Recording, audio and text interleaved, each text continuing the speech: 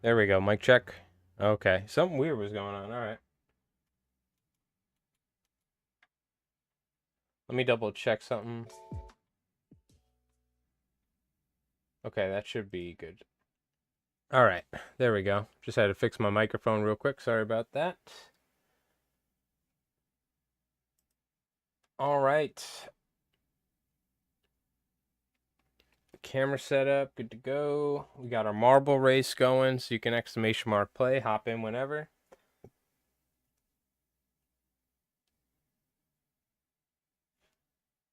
All right.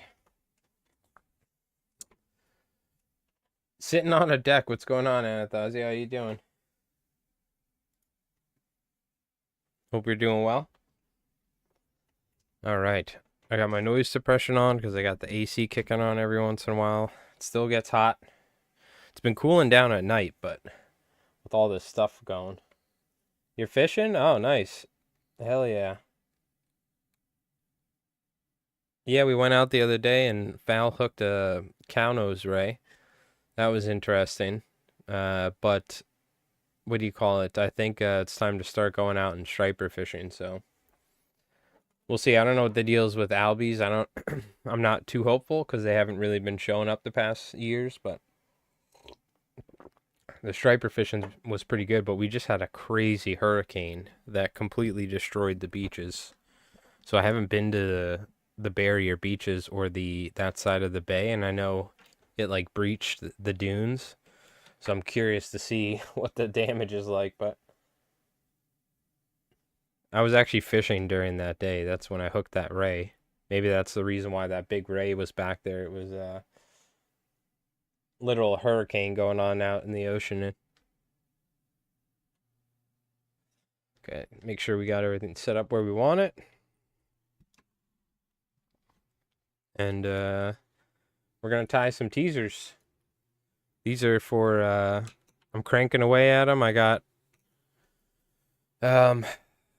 around 60 or 70 over here. I got to finish some of the pinks, but right now we're tying up chartreuse tails. These are big sandeel teasers that are essentially just giant surf candies. If you wanted to tie a large sandeel surf candy, and just omit the feathers, that's kind of what this is. So you can actually, I mean, you could definitely fly fish with them perfectly fine, but they're primarily being used for teasers. But still on the teaser grind. I have another 75 to tie, I think, around there. So we're going to try and we're going to hang out, chit chat. We're going to crank these out. We're going to give away some flies on Twitch later. And then I know what fly I'm going to record and what our giveaway video is going to be for this month on YouTube. So that'll be, I'm probably recording that either tonight or tomorrow morning. That'll come out Sunday. But essentially an updated Mickelson epoxy, kind of the guide version that I tie for some of the guides out here. Using some craft fur and whatnot. In Maine, nice. Hell yeah. Never been up to Maine, never fished there. You doing some striper fishing, I'm assuming? And I missed what Craggerl said. Your friend gave you all those old fly tying stuff, mostly rabbit strip zonkers, like 8 of them? Oh, dude, well, you're going to be tying rabbit strip flies for sure. Without a doubt. What it sounds like. So pretty much what we're doing is we're tying these tail sections. Is what we're doing. And I get all the tails ready, and then I tie the heads, which is just a little white on the belly, crystal flash up top. It'll be chartreuse on the top then. And then a little lateral scale and some eyes, and then I glue them. So I get them all ready. I do them in batches, is how I commercially tie. So we're going to try and be speedy today. Normally I get distracted. We can get distracted, but I need to keep tying the whole time, so. But yeah, I plan on coming up with a little, like, I don't know, a little goal or something. I want to film some fishing videos. I want to film some educational fishing videos, like how to fish certain areas or certain techniques. I actually already have a video pretty much, or I have B-roll footage filmed for stripping techniques, so I should get around to editing that. But it's time to start fishing. So we got roll your own fly, which after this giveaway video, that's probably going to be the next video, is coming out next week, is roll your own fly. So I think I'm going to try and record that this weekend and then go fishing maybe Sunday night or something. I got to see when the tide is, but I want to go for like an afternoon, nighttime. We might just go to the watering hole here locally because it's the weekend, but we'll see. But definitely want to do some more fishing, like educational fishing videos, like the wet fly swinging type video and stuff like that. Smallies, oh nice. Yeah, Craggerl has been catching a bunch of smallies too. I've said it before, I've never caught one before, so. Very cool fish to target with a fly as well. They eat flies pretty readily. All sorts of them. Speaking of zonker strips, I do want to tie some white rabbit strip flies for bonitos for YouTube, so I got to figure that out. I've done a bonito bunny. Maybe we can do an updated one and some rabbit strip flies and stuff. Thinking of putting the boat in the water. Go fish the next 2 hours to the top of the this incoming, then an hour or so of the outgoing. Winds are 12 to 14. Hope it slows though. Nice, James. Good luck, dude. Well, luckily, if you're I know you're more than likely an experienced fly fisher, so winds or not, you'll be all right. Looks like a pretty nice afternoon. I know there is going to be some rain, so I don't know where you're located, but we got some rain coming here. I think it's going to be later, though. I'm not certain, but it's already getting darker over here on the East Coast or around Long Island, Connecticut. Bring a rain jacket. Oh, you're going salmon fishing. Okay. You're good. It might be different weather. I forgot you're, I thought you were on a different side. Nice. We'll go catch them up. Lots of salmon passing by. Hell yeah. That's something I've never caught either on the fly, is the salmon. We could go catch them in upstate New York, but I kind of want to go catch them out in the salt or like a wild ones, not the stocked ones. Well, I guess they kind of are wild, but that place is a shit show. I don't necessarily want to go salmon fishing in the Salmon River. Sacramento Delta, yes, that's what it was.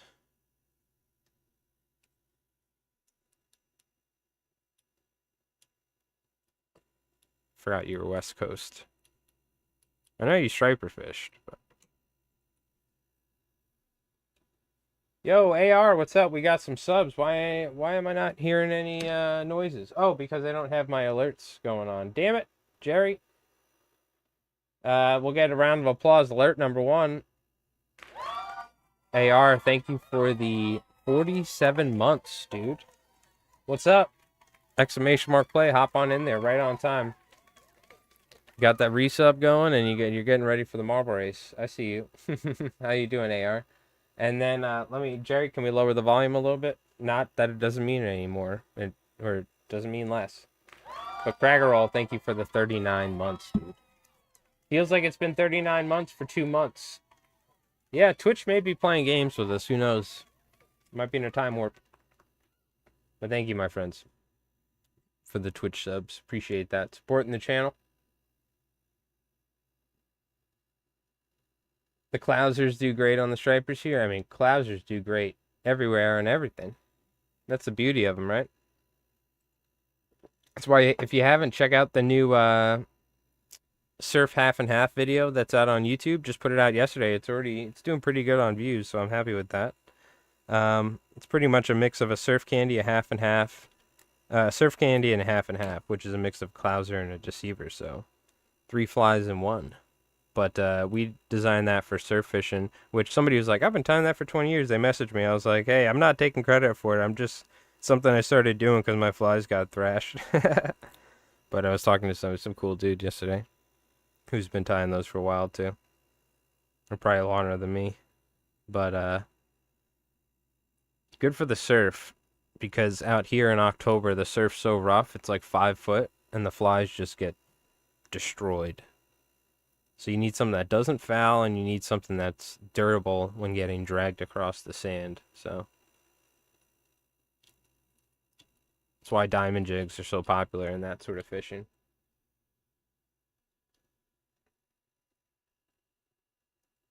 Been a hell of a few weeks at work, ready to chill. Hell yeah.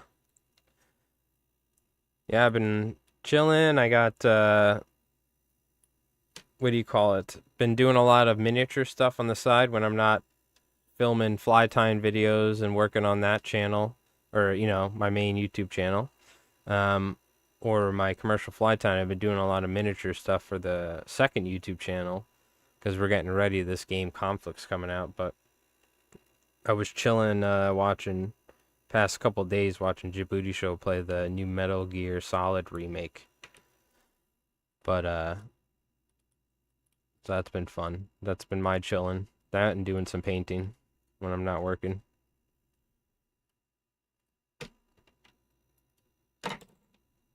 Just actually filmed a video of me assembling and painting some winter Germans for bolt action, which I'm editing right now. And we got new bolt action battle report video on Mike Earl's Dice, the second channel. But my main focus is still Li Flies Mike, obviously, so. But it's fun. It's kind of like my pet project is my second YouTube channel. It's your goal to get one in the surf? Oh, yeah. Stripers are there now. Passed by here on the way out for the last 6 weeks. Yeah, dude. Stripers in the surf is kind of what I think of when I think of striped bass fishing. That's like the epitome of what fighting a striped bass and fishing for them is like. That's peak striper fishing. You can catch them off boats. I mean, catching them off boats and blitzes is another classic like way I think of it. And of course, fishing in the bay and stuff. But really, like the traditional way people have been doing it for over 100 years now, and like the classic image you get is the old guy in the surf with like a corncob pipe, casting out a plug or something, or a bucktail jig. But yeah, catching them in the surf is so much fun because their giant paddle tails that they have, that they really know how to use their tails in the surf. It's almost like fighting a different fish at times. It's crazy, like because they just fight so hard. If you catch a striped bass in a back bay or somewhere where there's not a lot of current, it's definitely not as fun. Still sick, but. And in the surf, the current is just crazy.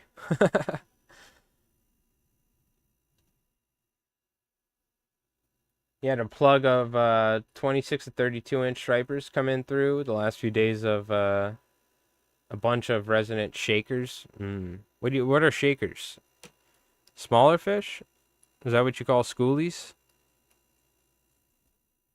Oh, that's interesting. Is that a West Coast line? Or are they bigger where they shake the rod? The surf's your favorite? Oh, yeah. I mean, that's how I've... It's a shame I don't do it as much. I've just recently last year... Excuse me. I should have grabbed the seltzer. Just recently last year, I've started fishing the surf more and more. Because that's primarily how I was fishing for a long time.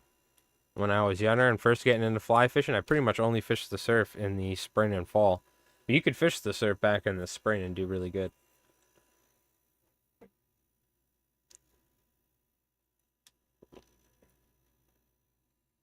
Oh, okay, that's interesting. So you call schoolie shakers over there on the West Coast. That's 18-inch and unders. Hmm. Like the resident fish, yeah. Till they get large enough and get out of there. Yeah, sink tip. I was using a full 30-foot sinking line because my 11 weight Wolfram custom rod. It's my only single hand rod I have left. All my other rods are broken. I haven't bought another rod or fixed any of them.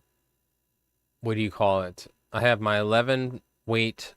Yeah, it's my 11 weight. Sorry, not 11 foot. 11 weight Wolfram custom rod, 9 foot, and it's got a 30-foot grain, like 350, a 30-foot 350 grain sinking head on it, and intermediate line, and that's what I was using in the surf last year. What I do is I'll just use a Lawner leader if I'm using like I'll use like a snake fly. So the snake fly will hover over the bottom while the line drags.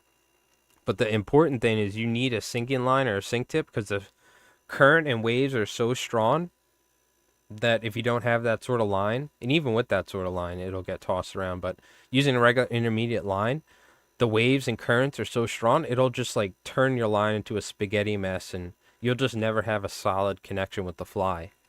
So that's where having like a serious heavy sinking line, even in like the water's not even that deep, but the surf is so strong. So that's also where I said, screw it. If I'm gonna be either stuck to fishing like buoyant flies with Lawner leaders and full sinking lines, because that's what I have right now, then I need to develop flies for dragging on the bottom, or tie flies for dragging on the bottom, and that's where that surf half and half comes, which is really just a half and half coating the body in UV, so it just doesn't foul that much, and it doesn't like destroy the body braid, destroy the bucktail, because dragging it on the bottom of the surf is just really destroys flies over time when you're making like hundreds of casts. Legal's 18-inch to a day. Yeah, our legal used to be 18-inch back in like the 90s, I think, or in the early 2000s, I think. I think it was in the late 90s they changed it, if I'm not wrong. Maybe I'm wrong. But it used to be 18 back in the day for stripers. That was when the fishing was like phenomenal. Just because it was, I mean, it was just so good. I'd get bass blitzing on bay anchovies in the spring. It was really weird. Like you don't really see the sort of thing. You don't even see bay anchovies in the spring. But it'd be like if you were Albie fishing in the fall and a giant blob of bay anchovies came through the inlet like a red ball. You would see that in the springtime, and striped bass would be on them and blitzing right up in the rocks. So cool. A lot of times people wouldn't catch anything because they didn't have anything to match that size, and it's not like stripping your fly through them would catch them. You'd have to like let your fly drift up against the rocks and get tossed around. Once we figured it out, though, it was so cool. Me and my buddy figured it out. It was like in the fog, so nobody saw us doing it too. So we like figured out the secret technique to catching these fish. It was so cool. That was when I was fly fishing every day for like 10 hours a day when I was like 9 or 10 years old, 11 years old. I was fishing every day during the season as long as I could when it wasn't school time or something, you know? Or during the summer, I'd be out every, whatever. After school, all I would do is tie flies and then cut the materials off the hooks. Because I only had so many hooks. I had a ton of like bucktails and stuff. But I only had so many hooks, so I'd cut all the material off the hooks and then just retie them over again. And try and reuse the materials as well, or use them differently.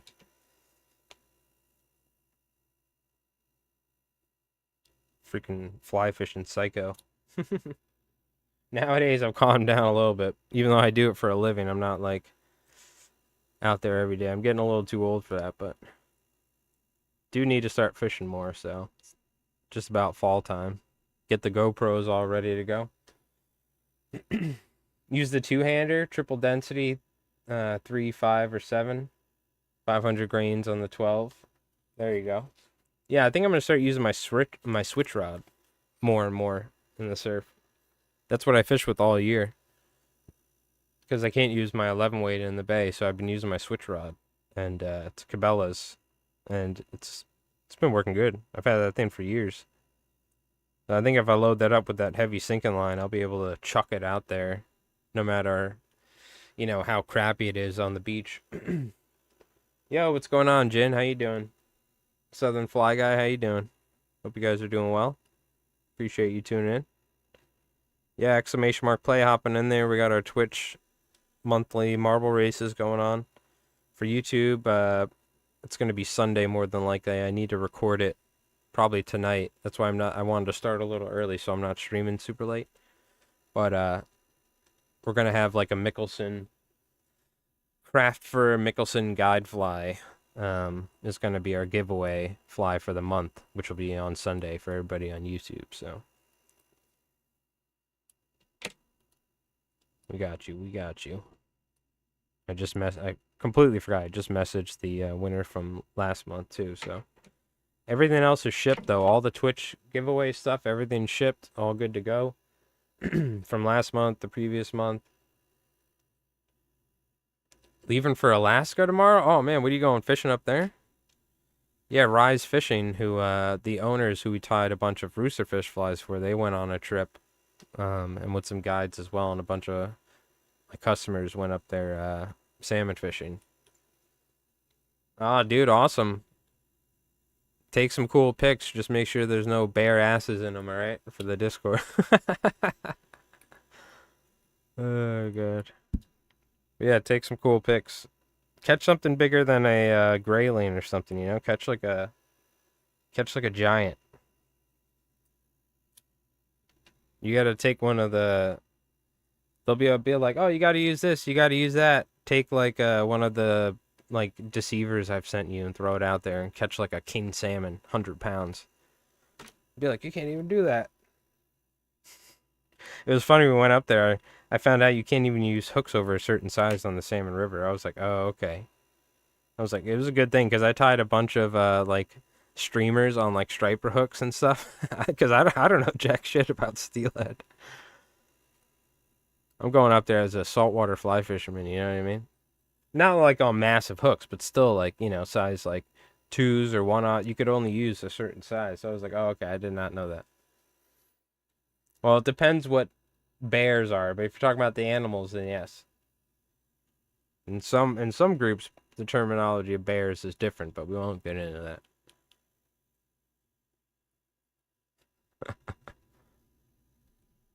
It's Always Sunny in Philadelphia goes into it. If you want to do research.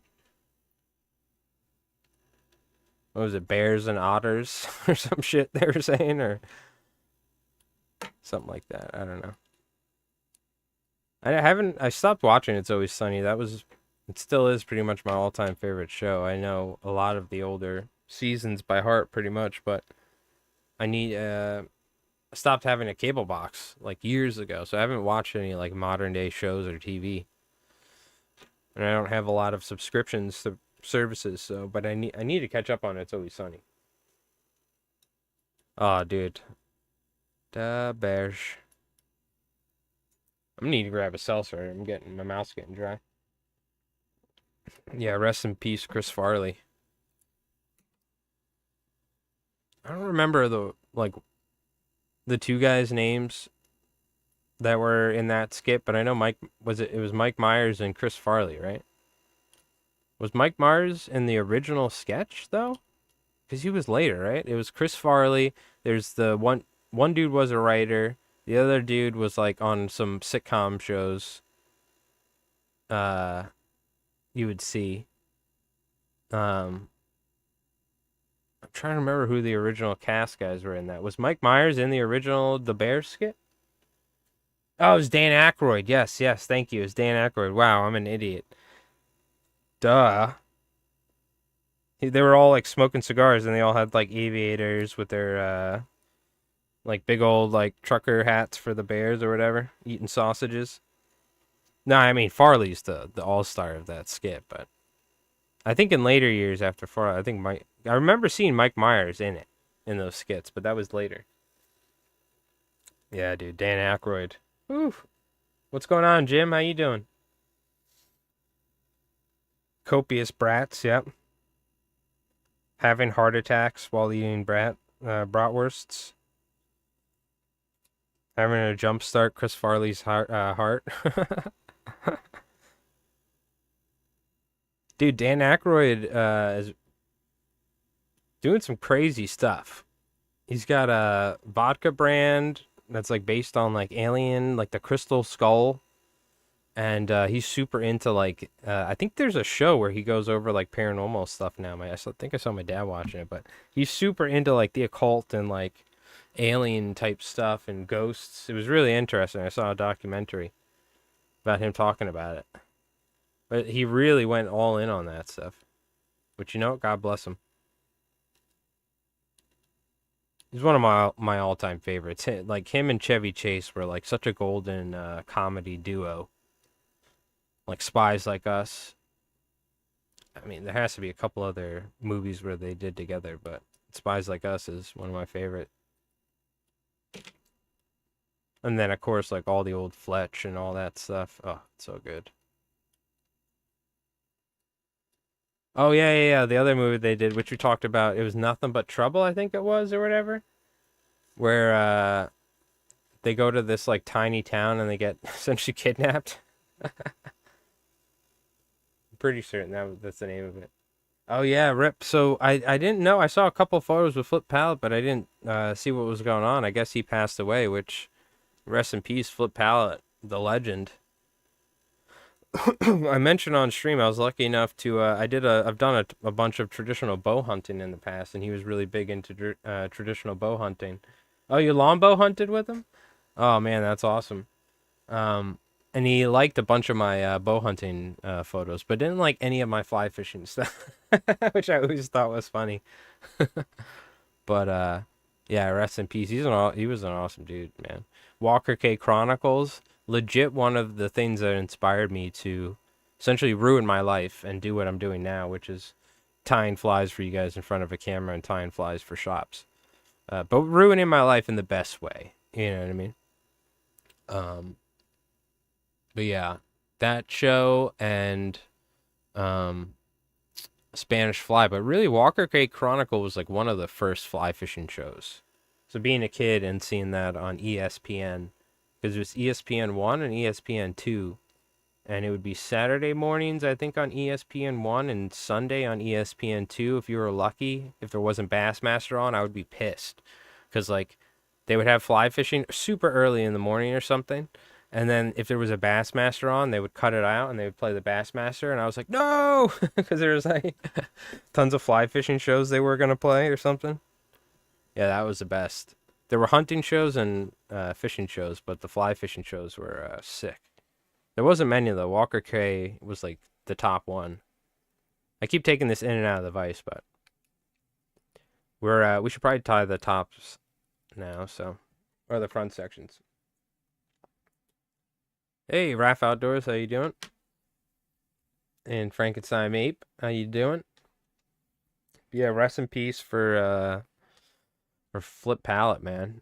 Awesome dude, big outdoorsman, bow hunter, legend in the fly fishing world and saltwater fishing world. Legendary, like Stu Ape, Lefty Cray sort of dude. One of the legends, you know.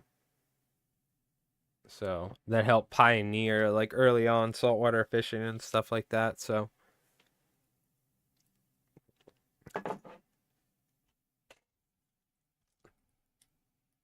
yeah, I just saw that before the stream.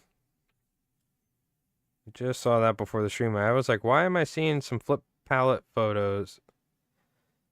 Because I followed him on Instagram, and I would see his stuff. He was quite active on the internet. So, but anyways, we'll remember him for all the sick stuff he's done over the years. Yeah, I remember when he liked my bow hunting photos. I was so stoked because I know he was like super big traditional bow hunter, and he was like, a freaking legend.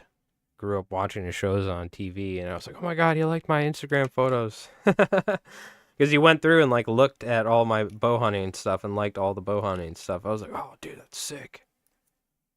That was the peak of my Instagram career so far. Is Flip out liking my bow hunting stuff. I mentioned it before on stream. I was so stoked about that. All right. Yeah, these flies are very simple. Little white on the belly, chartreuse up top, little crystal flash in the middle, and some lateral scale on the side. So we just need to make sure there's enough white on the belly that we can get a nice surf candy body. But for anyone that hasn't, on Twitch, !play. How about this? Let's roll a dice. Are we doing the subscriber one first or the follower one first? Somebody call it. Subscriber, even or odds? And then I'll roll the dice. We'll see which marble race this is because it's already open. So, you have a request? Possibly, I could possibly tie something. I don't know about tonight, but if it's something that I think would be interesting for the channel, I might tie it. But I need to know is subscriber odds or evens because I'm gonna roll the dice for odds or evens, and we'll see which marble race we got going on.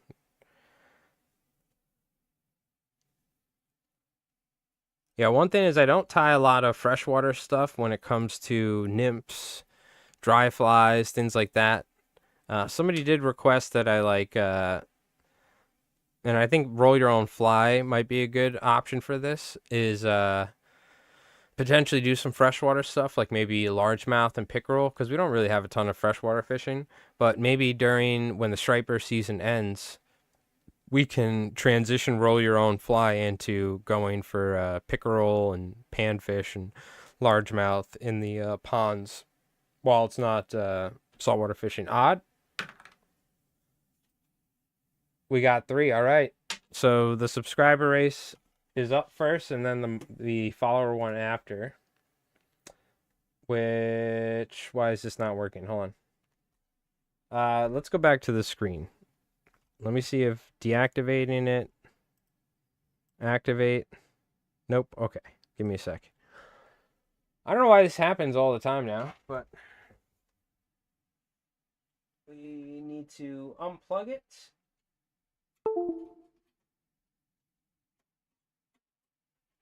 And plug it in, the capture card. And now let's see if it works. Let's give it a sec here.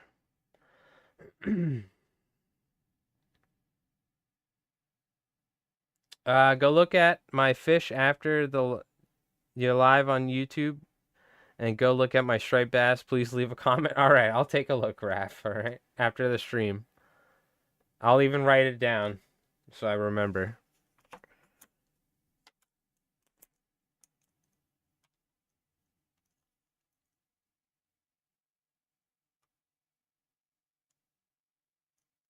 I'll try and remember. I have it written down here.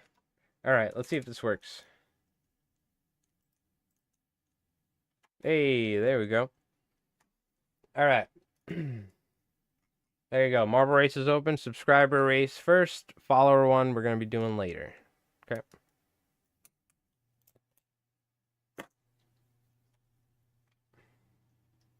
Complications from a pretty routine surgery while still in the hospital. Oh, man. Yeah, it's scary, dude. Like, you never know, but he was definitely getting up there for sure. But he was a active and healthy dude from what it seemed like. But anyways, we'll remember Flip Pallot, one of the best guys to pull a flats boat all time. Inspired a generation of multiple generations probably of flats boat fishermen. I didn't even know that was the thing until I saw a show. There was so little fly fishing media back in the day. It was all books. All books. And books can only convey stuff so well when it comes to techniques and especially in fly fishing. It really helps to have visuals.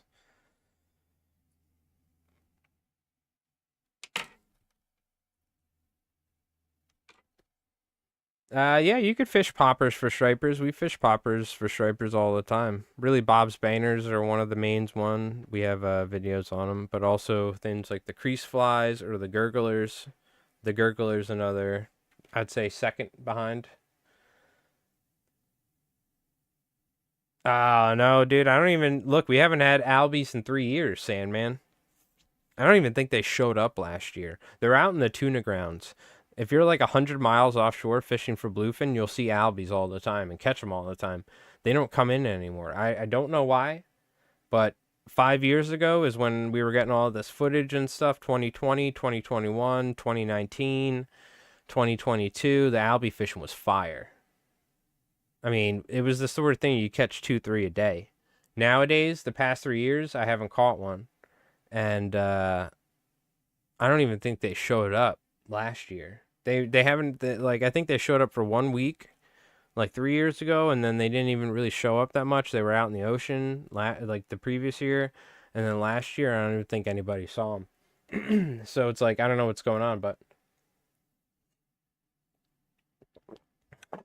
yeah, I'm really hoping. Yeah, right now, Raph, we're tying some of these larger sand eel teasers, but maybe later. We'll see. I don't know if we're gonna be doing this all night.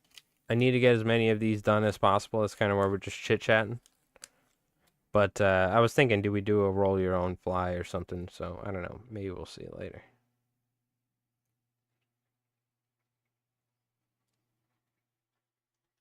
But I haven't done many topwater stuff. Maybe we'll do a larger topwater video soon. Because I do have some different popper heads that we could tie some interesting stuff. Because if you are going to fish some big topwater stuff, the fall is a good time to do it. So.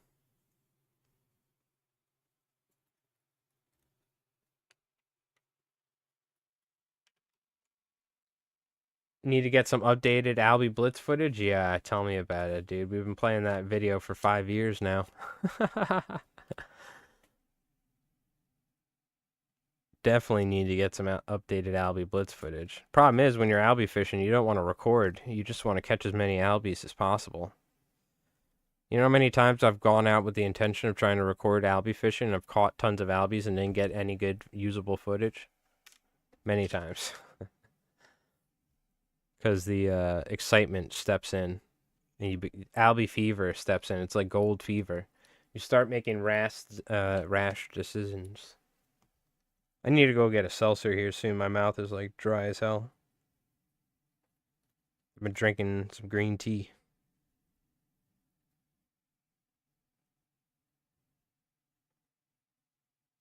But I go from not talking at all to talking nonstop, and my mouth starts, or my throat starts drying up here real quick.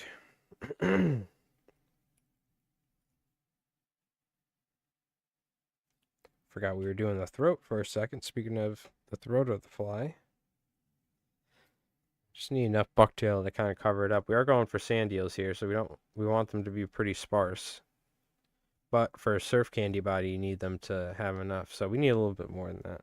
That's why I usually do in one batch. But I thought we were still tying tails for a second. I was zoning out. 125 of these teaser candies. I mean, they're essentially they're essentially like XL flies is what they are, surf candies. So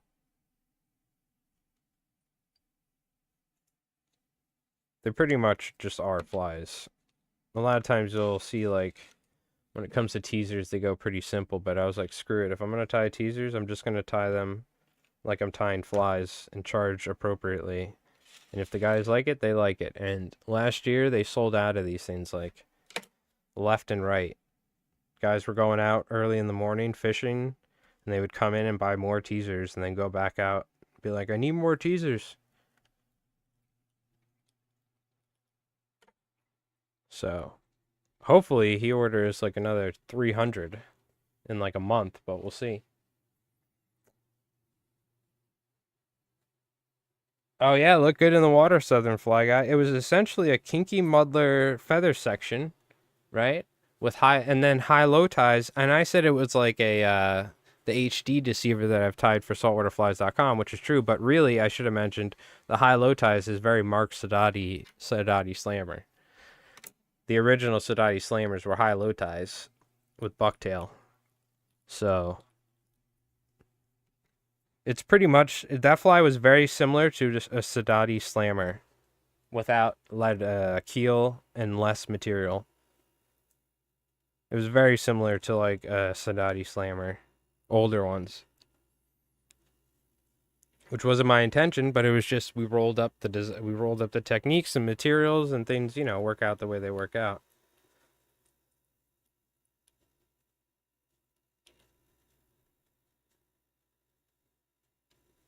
Dude, that's something still I really need to work on is like the video series talking about, people like Bill Catherwood, all these influential fly fishermen or women that have passed away, that, or maybe even that haven't passed away, but are just lesser known. Like, not many people know about Bill Catherwood. I've been meaning to do that. That's maybe a good wintertime thing, though, when, like, there's no fishing, and I'm kind of, even though I'm pretty busy in the winter fly tying, it's not as crazy as, like, during the season. I got to do a lot of research for that video, but I do want to do that. I tied a few XL surf candies last week, hoping for the big Albies. Yeah. I usually tie my surf candies 3.5 inches. Everybody ties, like, Albie flies, like, 2 inches, 2.5 inches, like those little Mickelsons and stuff. I always tied bigger surf candies. And not too big, but still, like, honestly, not that far off from this right here. This is kind of how I tied my surf candies, right around. This one's not super long, but kind of like 4 inches at most, sometimes maybe a little more. Twitch Prime. Yo, Liftly calls. Frosty, what's up, dude? Appreciate it. Let's get a round of applause. 44 months with the Twitch Prime. Thank you, my friend. Get some Life Flies hearts in the chat. Speaking of which, I gotta update emotes, man. I gotta figure all this stuff out for YouTube and Twitch, but yeah, a lot of times I'm just throwing like more fuller size candies just so it gets a fish's attention. You know what I mean?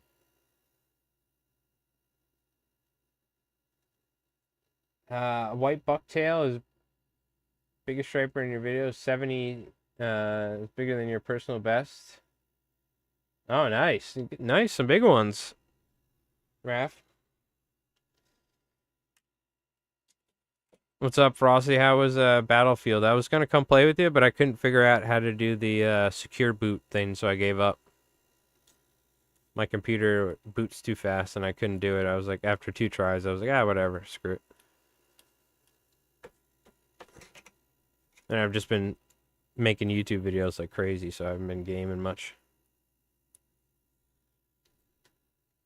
You doing thick resin to get the shape and then thin? I use medium first and then thin. I probably will end up using thick because I have to do 125 and only have one bottle of medium. I don't know if it'll last.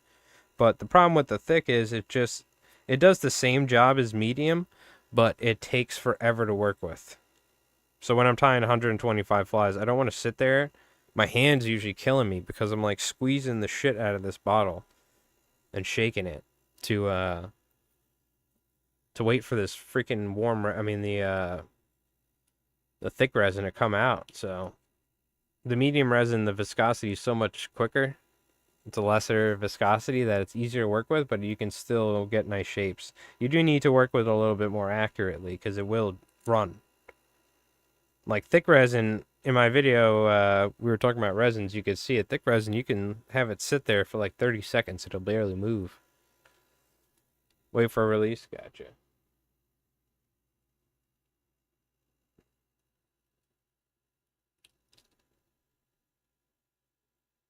Well, Roger Dodger, appreciate the Twitch Prime, brother. Garrett was asking me, he was like, "Oh, Forever Winter updated. Maybe we'll check it out." And I was like, "I actually have space. I haven't, so I actually downloaded it. So we'll see. I might be playing that later tonight. I'll let you know."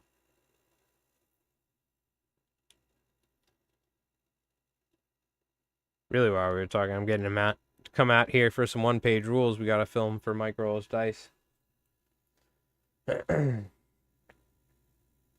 Yeah, I used the thick for years, and then medium came out. I don't think there was any thick at the either local fly shop or they didn't have it in stock online. So I was like, screw it, I'm gonna try the medium, and I was like, oh my god, it's so much easier to work with.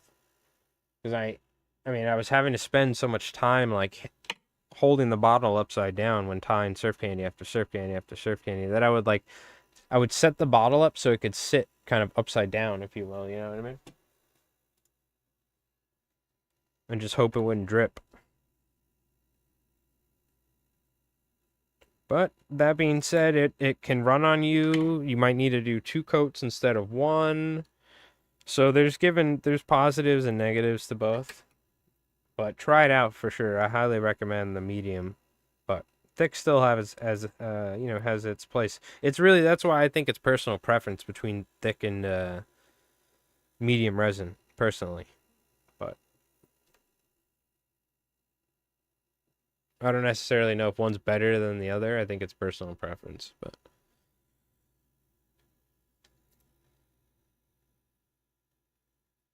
oh, dude, I'm excited. Conflict 47, the weird World War II game, the new essentially kind of like bolt action, but like Franklin Delano Roosevelt like goes in through a rift and then comes out like a super soldier dude. It's badass. I can't wait to see what they do with the lore. But my starter box is coming this September, so I'm excited to see. And then I have to put them together and paint them as quick as possible so me and Rev can film a battle report so we can ride the hype train. So it's all calculated.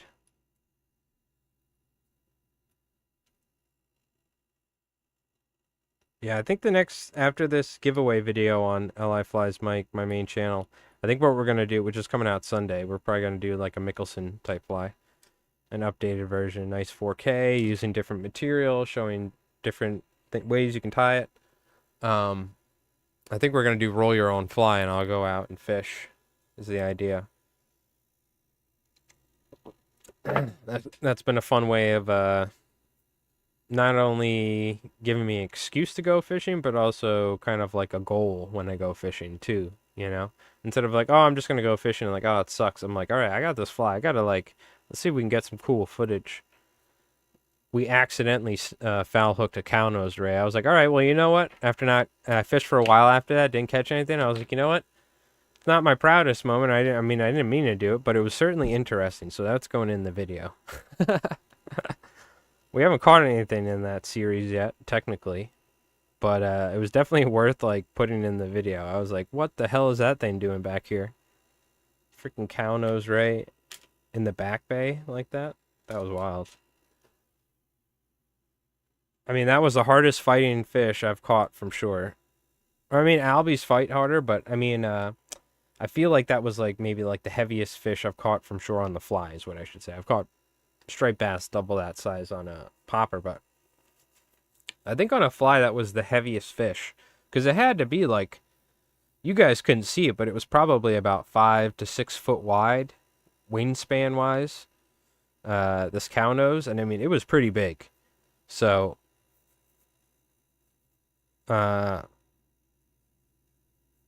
I think if I foul hooked it somewhere not on the wing but on its back, it would have fought way harder too, probably because I think foul hooking it in the wing stopped it from really using too much power. So, luckily I got it in quick and got it off, but I felt bad for him. But that thing was they're almost like sharks. They don't have like super they don't have those like dental what do they call those? The miniature teeth in their skin. Is it dentals?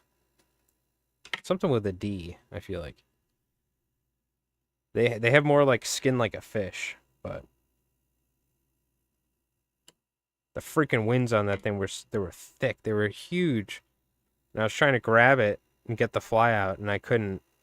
And I was like, "What the hell am I going to do?" And I said, "Oh yeah, I'm going to take my pliers and I'm just going to cuz I couldn't get a good grip on the fly while holding the wing cuz the thing was so strong and it was flapping around.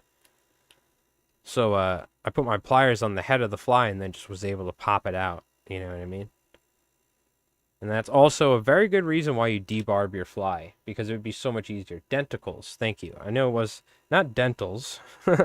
Denticles, thank you. So I'm going to be honest with you, at first, I was freaking out because I couldn't see the head on it.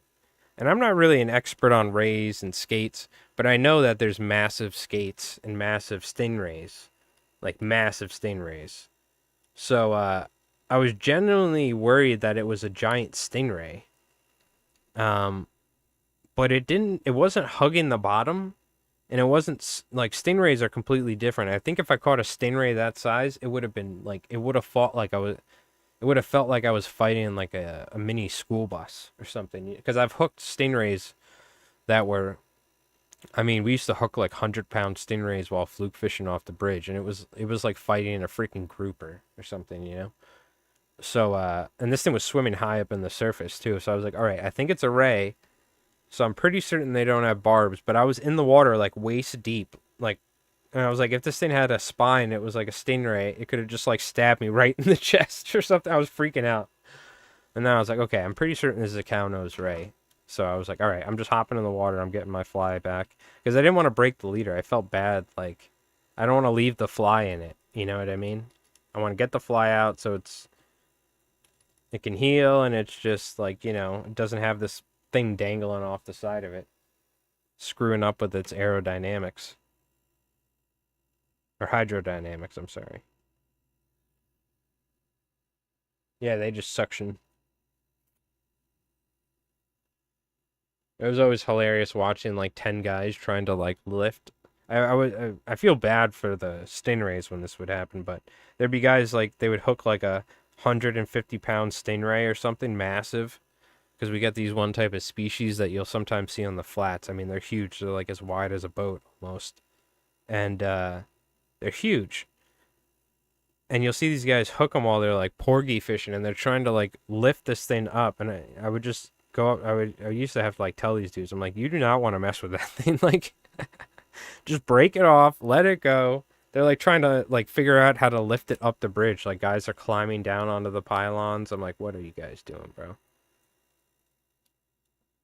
You do not want to mess with that thing. That's the sort of thing that'll stab you in the chest with a giant barb. Yeah, these things were massive. Like you would always think you were snagged at first, like on a giant rock or a pylon or something, and then it would slowly start moving. You're like, oh my god, this is a fish.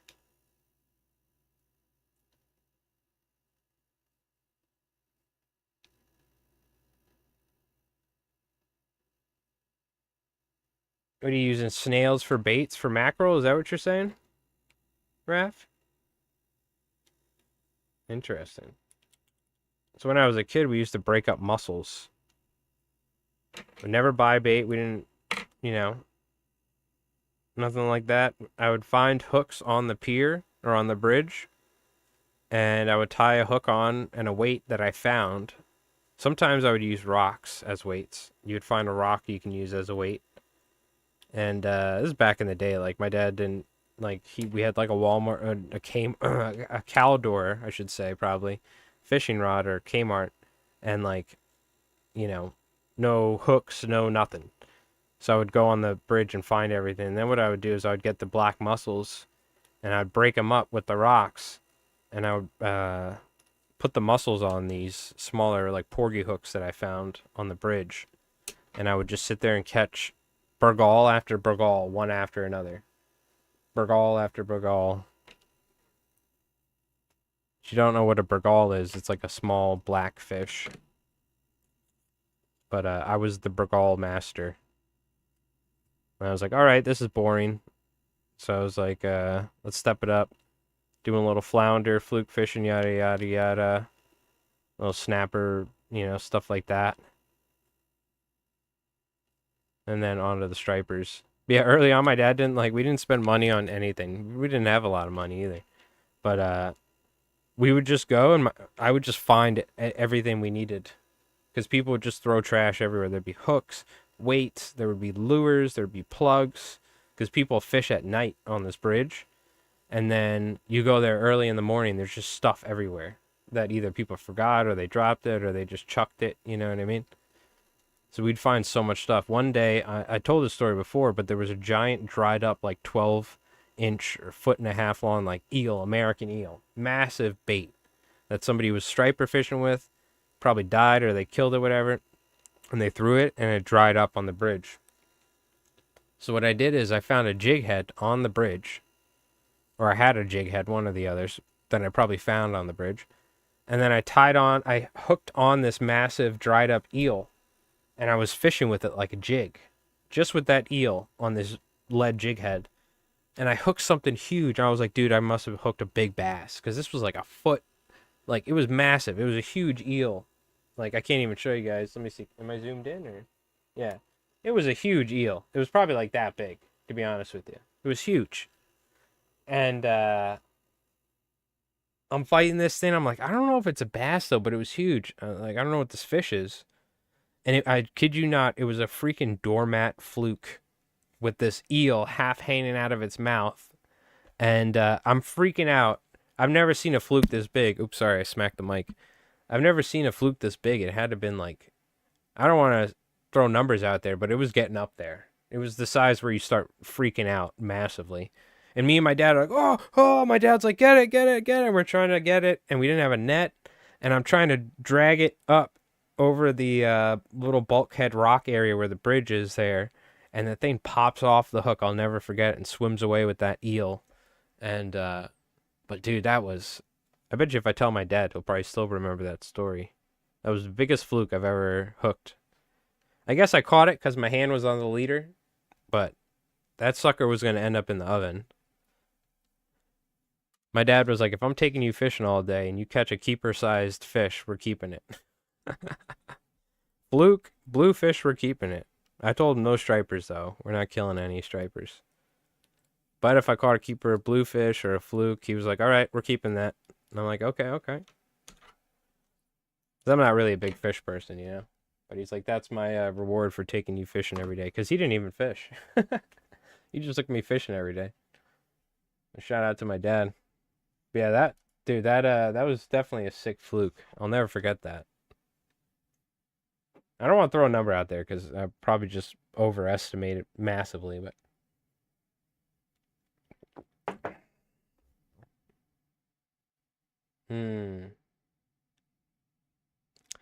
Yep. I think I ate some snails in France once, believe it or not. But I'm not a big snail person. All right. Let's take a quick break here. I'm gonna grab a seltzer, nice Polar Spring, just to keep my throat from drying up here, because I'm talking nonstop, which is my job technically. And but before we do that, we should probably do our first giveaway. So do you get? I mean, we've been doing this forever, but should we do the giveaways at the end of the stream, or do you like it where it's like half and half? You know what I mean? Because that's just kind of the way we've always been doing it. Is where we do one at the beginning of or halfway through the stream, and then we have the other one open. I feel like that's probably the fairest way. We shouldn't mix up the boat, but I'm trying to figure out how we can do it to where everyone can get a chance. Yeah, if we could have both marble races open at the same time, that'd be the best way to do it. But we can't, unfortunately. So half and half. We'll keep it the same. All right. Well, we got Craggerroll, AR, Jin, and Southern Fly Guy. So anyone else watching on Twitch, if you're a sub of the channel, !play. Even if you're not a sub, you can !play and hop on in the marble race. Anyone watching on YouTube, you can always feel to hop on over. We're what you really should do is we're doing the follower one. We're opening that up next, and at the end of the stream we do it. Give you a chance to win the flies, but no what do you call it? No pressure. We have our YouTube giveaway, which will be on Sunday. So, what do you call it? Everybody gets a chance to win something around here. But what do you call it? It's only for Twitch, unfortunately, Raph, because it's integrated via Twitch itself, this program. But for YouTube, we have we do a video at the end of every month, and or like the last video of the month usually is our giveaway video. So, which last month it was a bend back with weight, which I'm waiting to hear back from the winner of that one for the address. My marbles are greased and polished. That's what I love to hear. All right. Well, I don't think we have too many other people watching here on Twitch, so I'm going to go ahead and pick a song real quick. We'll get this race going, and then we'll start up the next one, leave it open for the rest of the stream, and what do you call it? Yeah.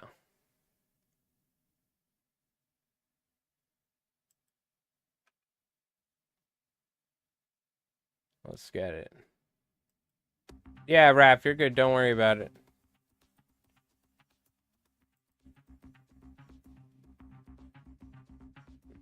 Just sit back and enjoy the marble race. All right. Good luck, chat. First marble in the pit. Oh, let me hop in there. There we go. First marble in the pit's gonna win some flies. Oh, dude, I got the base drop. Perfect. Did you see that? Round of applause. Accidental base drop. Perfect.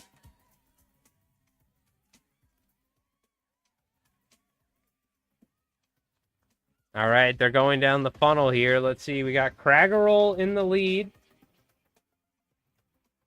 Craggerroll, then Jin. We got AR and Southern Fly Guy close behind.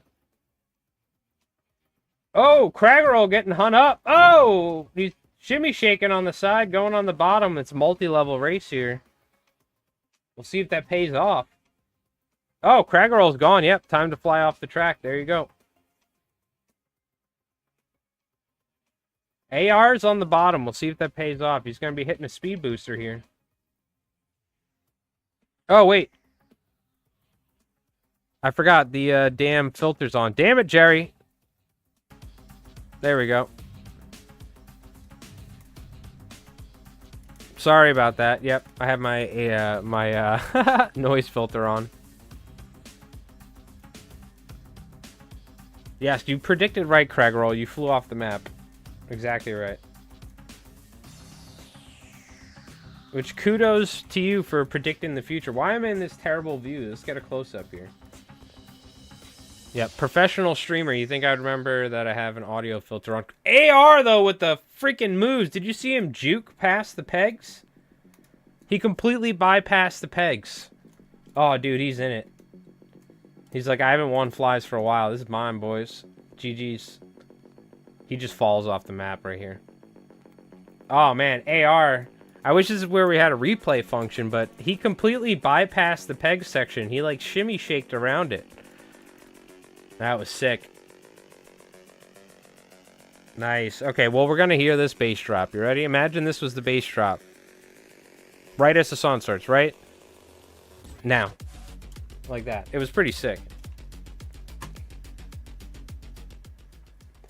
All right, congratulations. Let me write you down. AR sub winner, and then we'll have the follower one is open now, and you guys can join it whenever.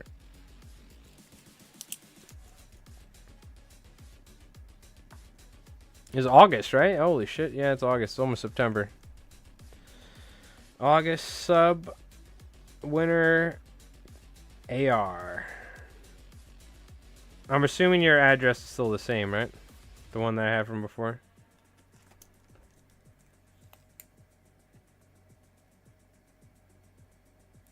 Yeah, you guys can hop in whenever. We leave this open for a while, so. Okay. Jerry, cut the music. Turn back on the filter for the AC. We'll see if I can actually remember to shut off the noise suppression filter for my audio before we start the song for the next mob race. Let's see. Let's see if I'm actually a pro streamer or not. What is the definition of pro anyway? Definitely not successful if that... Alright. We're going to take a quick break here.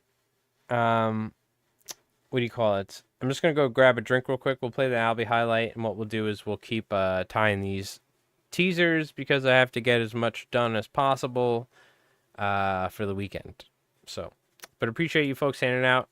We'll be chit-chatting about some flies and whatnot, and yeah, I'm not going to be streaming too late tonight. We're probably going to stream for like another hour, which is kind of on par for the usual 2.5 hours. But I'm going to try and record the Sunday's giveaway video for YouTube tonight is what I'm going to try and do. I usually try and record at night because the lighting's perfect, but we'll see.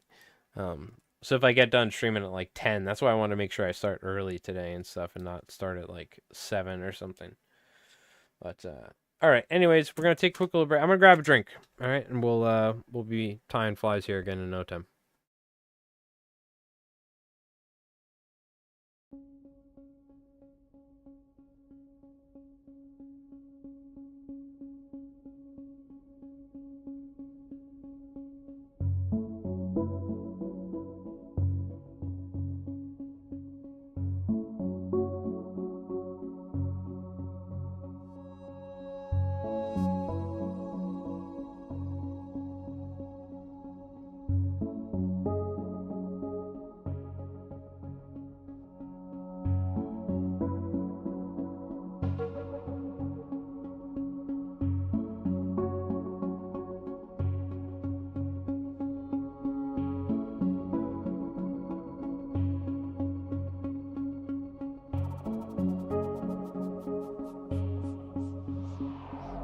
Yeah, dude. Yeah, dude. Stay tight, all right? Yeah, keep it tight. Yeah, dude. Yeah, he did. Knuckle buster. Are you good? Do you need me to do anything?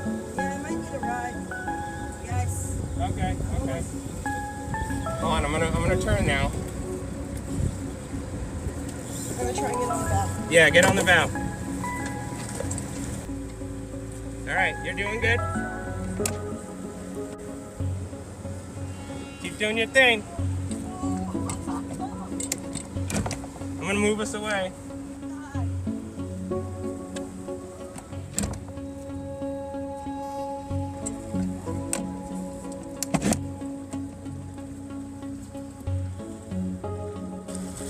Is that a little one? No, that's a nice one. Oh, let's go! Come here, hold next to your alley.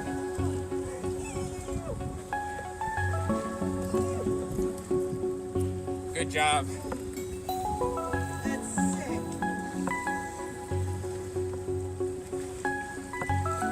All right. Nice. Let's go! Woo! Albie slap! Good job, dude. Yee!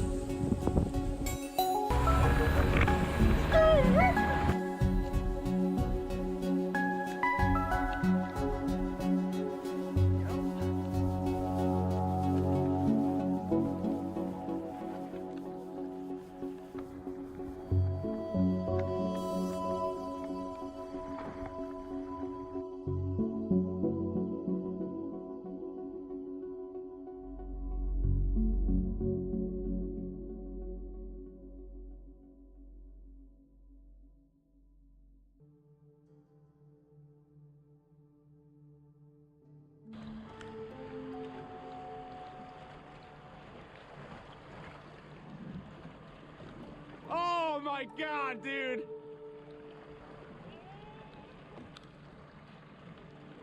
What the fuck?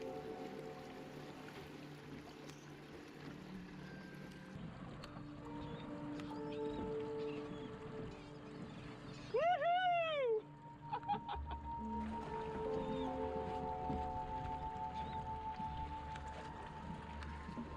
Oh my God!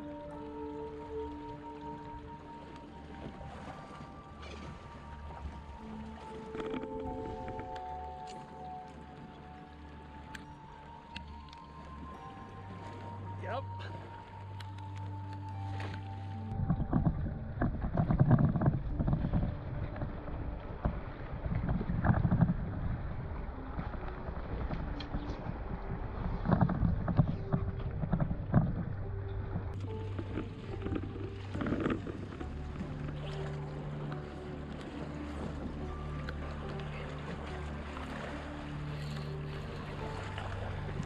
Oh my God!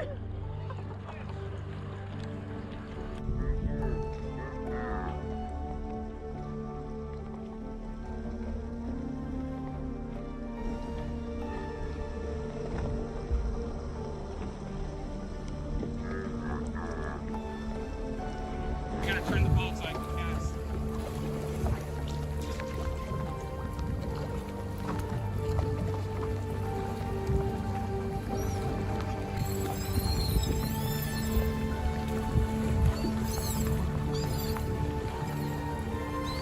Oh my God, dude!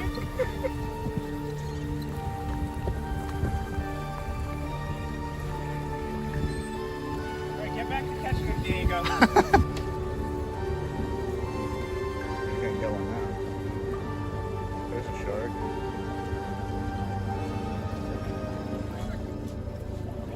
Frigates! Albie? Frigates. Frigate. Whoa! Whoa! There's gotta be bluefin or something. Look at Hell yeah, dude. To grab a fish like that, to grab a fly like that, a big deceiver.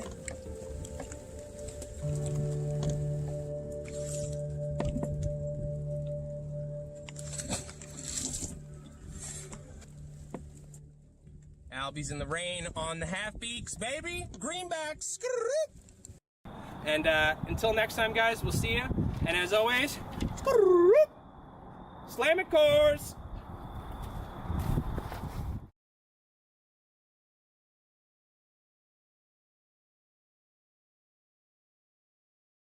All right, we're back. Let me double check. I got my audio filter on for the AC. Yeah, we're good. Okay. I don't know why my YouTube dashboard is always so behind.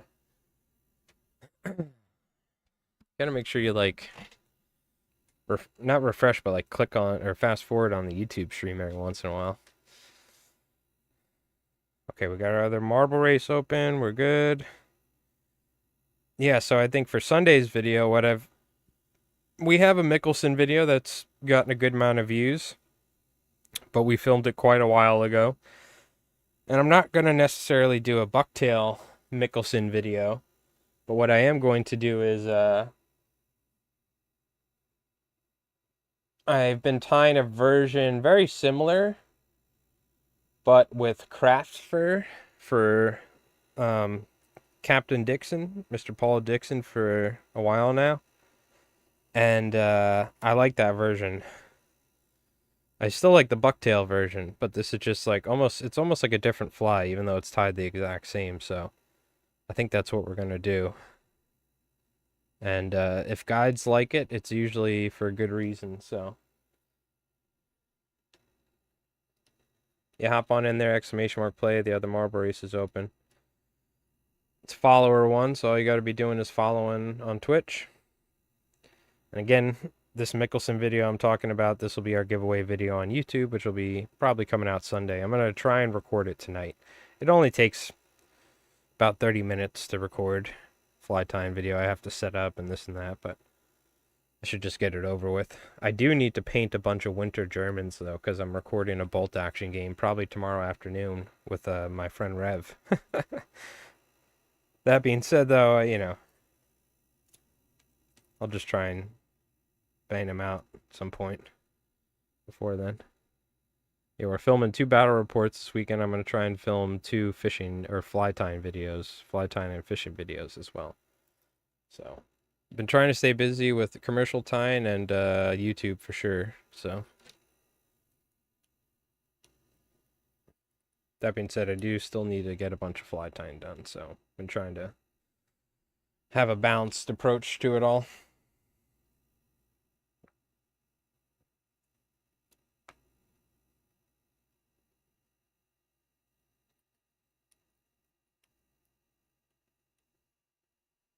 Throw some lateral lines on here. Yeah, I'm excited to start going out and doing some fishing and making some content about it. So I would like to do some more videos about like certain techniques or maybe approaching an area and trying to fish an area, things like that. Certain types of fall fishing techniques, like maybe looking for blitzes and stuff. Like I should probably do I've done a spring one. I didn't do a summer one. We'll save that for next year. But I should probably do a fall time fishing video, honestly. If that's the case, I need to start working on it because it's probably going to take like a couple weeks to do another video like that.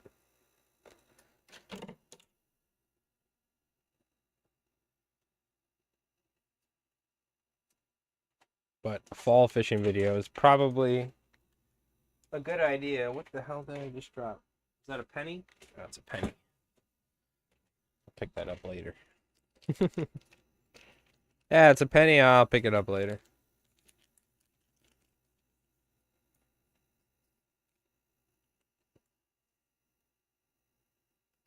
Yeah, I need to start laying out the video then. Probably be a good idea to do a fall fishing one.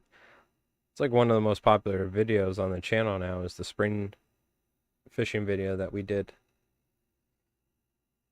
So it's probably a good idea I make another type of video like that, huh?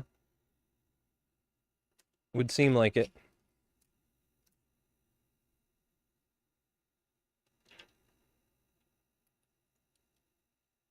Yeah, once I get these done, I gotta start tying flies for a shop. And I think I'm gonna start getting ready for the fall myself. In case people ask me for flies, I want to start having some Albie flies. Because I did tie some Albie flies recently for some dudes up in Connecticut.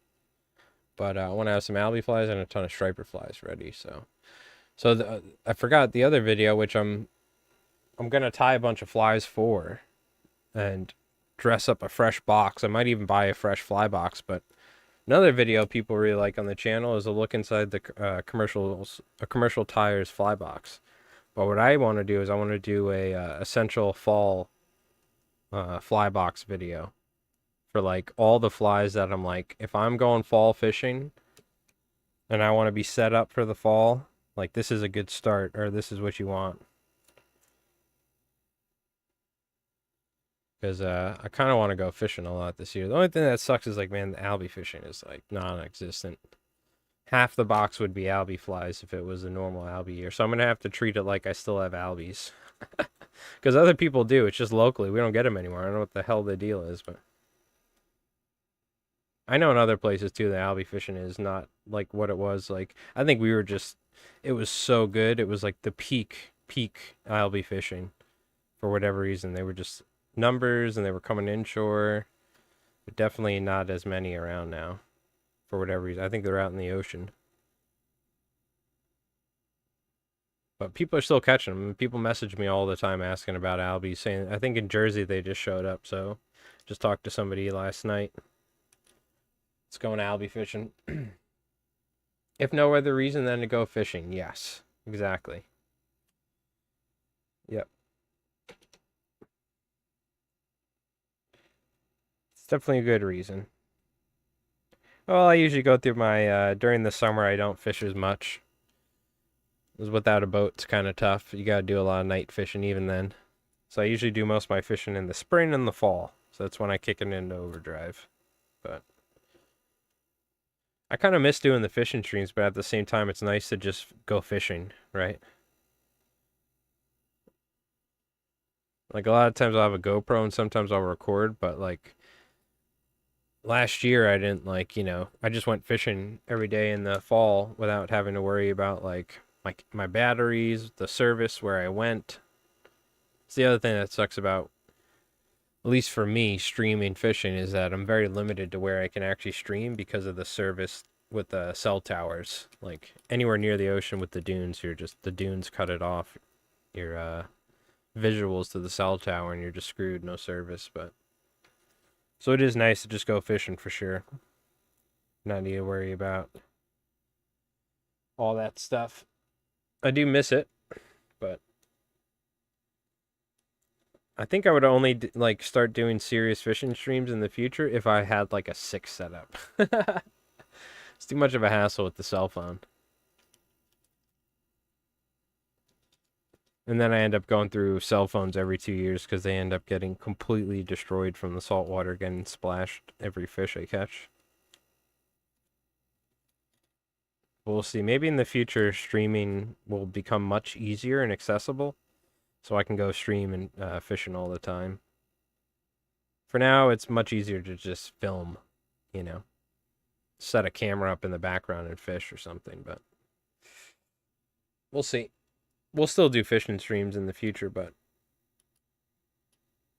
I got spoiled with my boat, so that's really the goal. One day make somewhat enough money to fix that damn thing.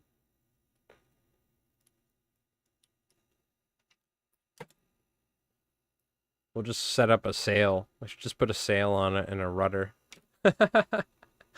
Just turn it into a sailboat. Just sail around the bay. Go fly fishing. Takes like 4 hours to go home. Just set up the anchor. Bring a little rowboat. Oh, God. Actually, I need to, I'm going to go buy a mega tarp and cover it before the fall, or before all the leaves start falling here. And I need to do it properly where I like set up like pieces of 2x4s underneath, or 4x4s supporting the tarp, so when it snows during the winter it doesn't destroy the tarp and the boat's like full of snow on the trailer. Because the first year I did that, I didn't do it right, and then the tarp never ripped, but there was just so much water and stuff in the boat that I had to deal with, or snow, that I had to go in there and like shovel it out. It was so annoying. So I've learned my lesson with that one. But one of these days.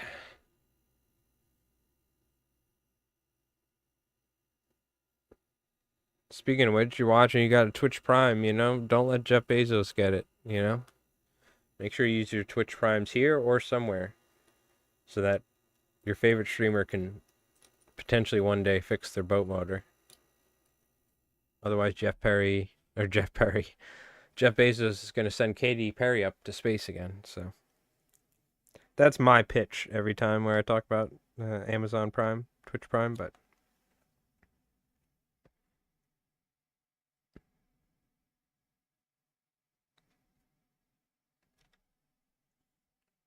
we didn't get a crazy amount done today. I mean, we're not done streaming yet, but that's all right. It's better than nothing.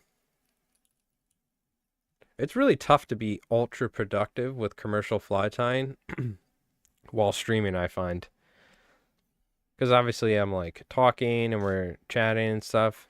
There's something like when, at least for me, when I'm really productive with commercial fly tying, it's kind of like you get in the zone.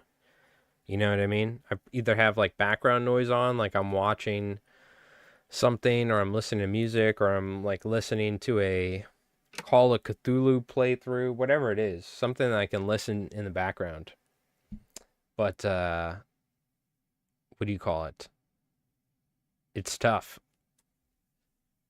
But once you get in that like mindset, or you get in that the groove, if you will, it's amazing how many flies you can start cranking out, because you start like turning into like a machine essentially, and not thinking, and you just go through the motions, and you're like boom boom boom boom boom boom boom boom.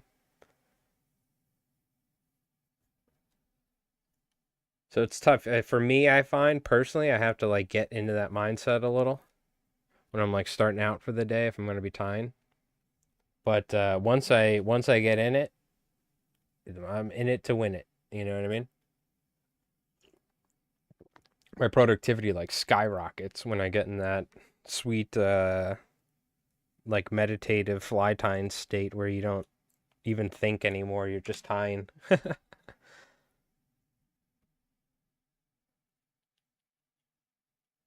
It's almost like fly casting, right? You're not thinking about what you're doing a lot of times. That's what it's like for me with like tying hundreds of these at a time, you know what I mean? Oh, not even in focus. Apologies. Wonder how long we were out of focus. Yeah, but you've seen me tie these, right? I promise next week we'll do something exciting. We'll probably do roll your own fly. What we should do is we should probably stream another day. We'll see. Should probably start streaming more, but there's one thing when I was like going clamming and fishing and this and that, or commercial fishing.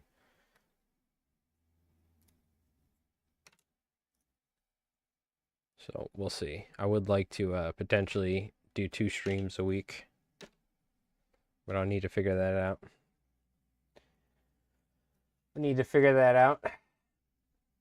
It looks like a good pile of flies. Oh, it is. It could always be more though. It could always be more.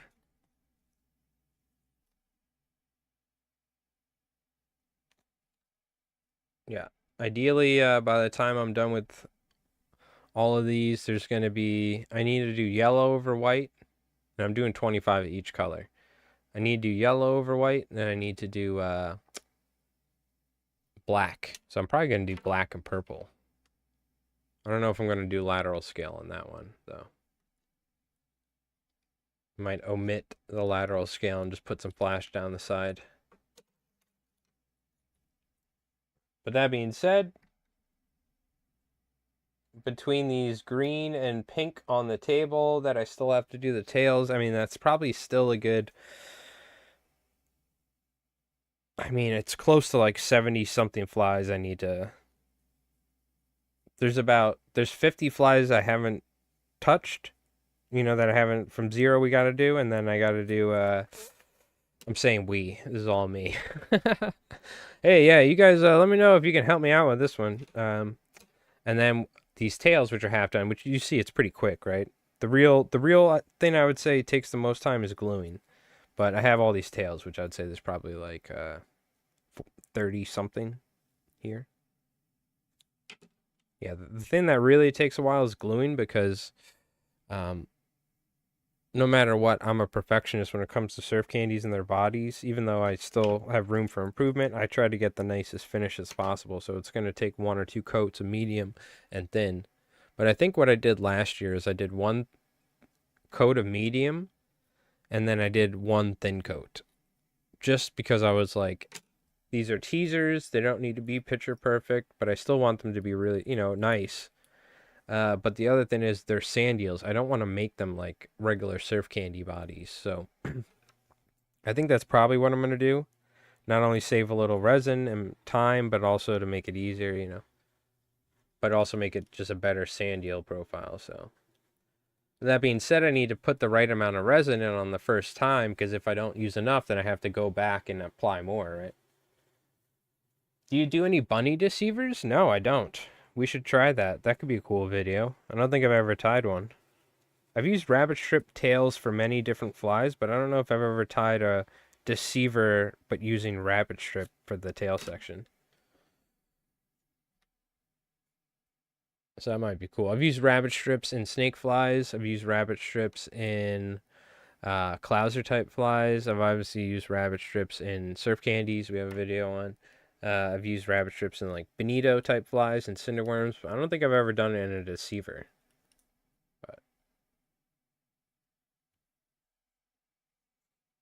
But I don't know what the bunny deceiver is. I'm assuming it has a rabbit strip tail with the rest, but it could have a bunch of rabbit strip palmered for all I know or something.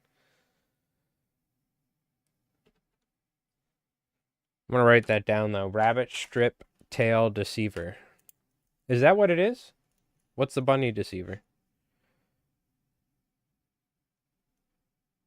Because if not, then there we go. Rabbit strip tail deceiver. And I'll put parentheses quotation mark bunny deceiver.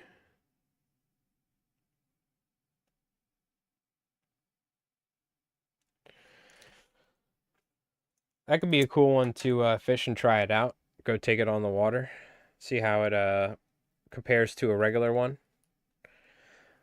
One thing you got to remember with rabbit strips in saltwater, you need to rinse them out, because if you don't rinse it out, it like will destroy the rabbit strip. The salt water will completely dry it out. So you always need to cut your flies off, or if you like throw them back in the box, you got to remember to take your rabbit strip flies and rinse them in fresh water in the sink, because if you leave them soaked in salt water, it will destroy the fly. You can always wet it and fish it, but it'll never have that same rabbit strip quality that it had. Here's what I used when you fished in the Cape, 3.5 inches in July. Okay. Let's take a look. I wonder what happens if I Google it. Is it a specific pattern, or is it just some guys like, oh yeah, there's a bunny deceiver?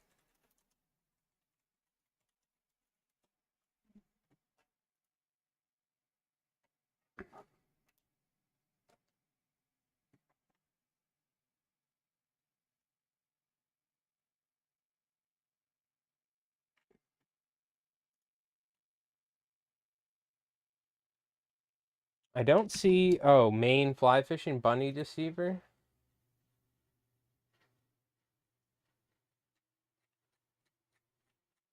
Nah, I don't think that's it. I don't see a specific fly called bunny deceiver, which is interesting.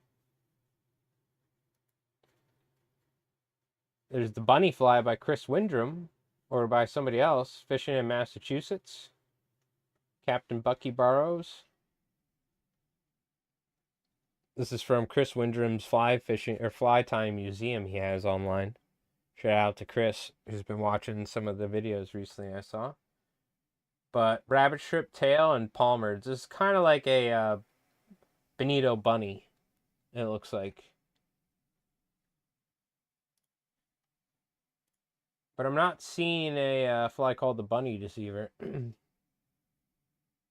But it looks like it's just a deceiver with rabbit strip, I'm guessing. Oh, bunny deceiver fly. Here we go. Yeah, it looks like rabbit strip with a deceiver head. Pretty much. Okay. Is that what it is, Craigrell? That's what it sounds like. Yeah, we'll whip one up, try it out. We'll go fish one. Yeah, I don't think I've ever done that in all my years, now I think of it. There's some interesting rabbit strip flies. There's ones where you can like have rabbit strip tied on the bottom and top. Ones with the dumbbell eyes. There's some interesting patterns. I think that were like Massachusetts flies or something. Old school ones I'm trying to remember the names of.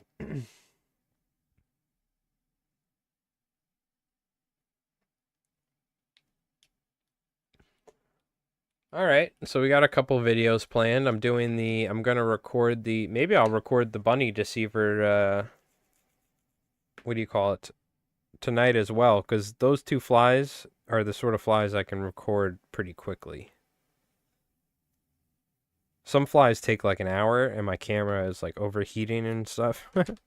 Like the big Sadati slammers, and those I usually only tie one anyway, because weird camera angle. My back's usually giving me issues by the time I'm done filming. I'm like, all right, one's good for tonight. I could probably bang those two out tonight.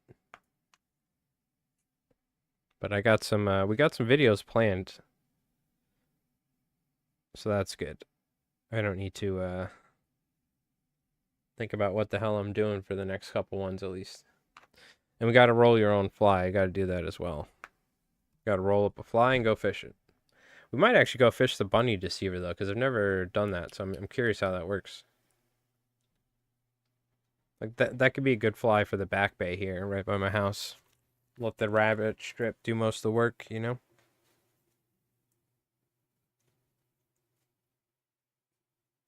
Nothing innovative, nothing crazy. I mean, these are all, as you see, variations of like 5 flies. Like every fly we tie is like a variation of like there's like 10 patterns that like some dudes came up with like 50 years ago that are like the basis of most of our fly tying nowadays. But it's those variations that make it interesting, right?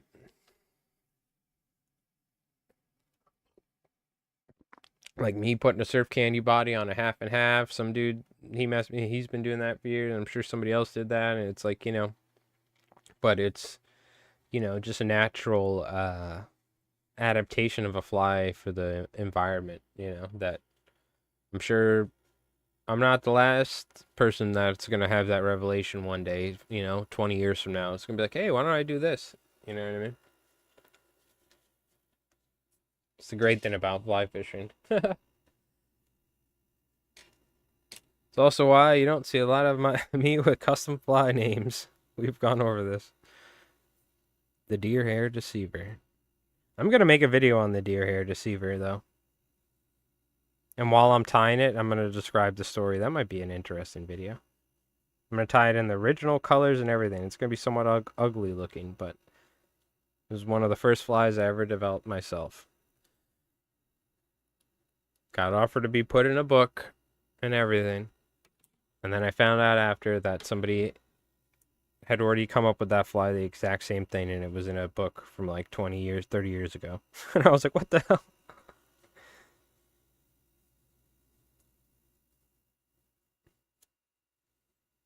But, you know, same colors and everything too. I'll never forget it. I looked for it after that one stream we talked about, but I couldn't find it in Saltwater Flies by Lefty Cray or whatever. So it might have been a different book that I saw it, but I feel like it was in that book, but I couldn't find the deer hair deceiver, so I don't know. But some dude came up with it before me, but I did come up with it after him without knowing. Just how she goes. The one I used was in eel green yellow. It looked great. All right. Excuse me, but I'm assuming it's a rabbit strip tail for the deceiver, and the rest of it's a regular deceiver, right?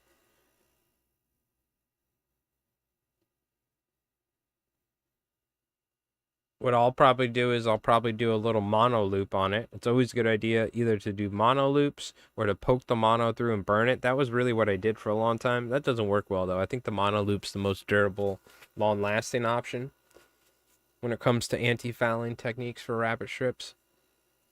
It's very important you do a mono loop, but you don't always have to do it. Like on the surf candies, I don't, because the body is extended back with the resin, but it's always recommended with most flies for rabbits that rabbit strips, that is.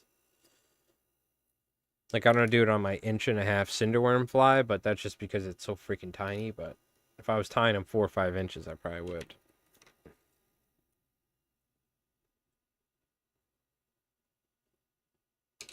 Yeah, well, we do the rabbit strip surf candy, which is a Bob Popovic's pattern he does.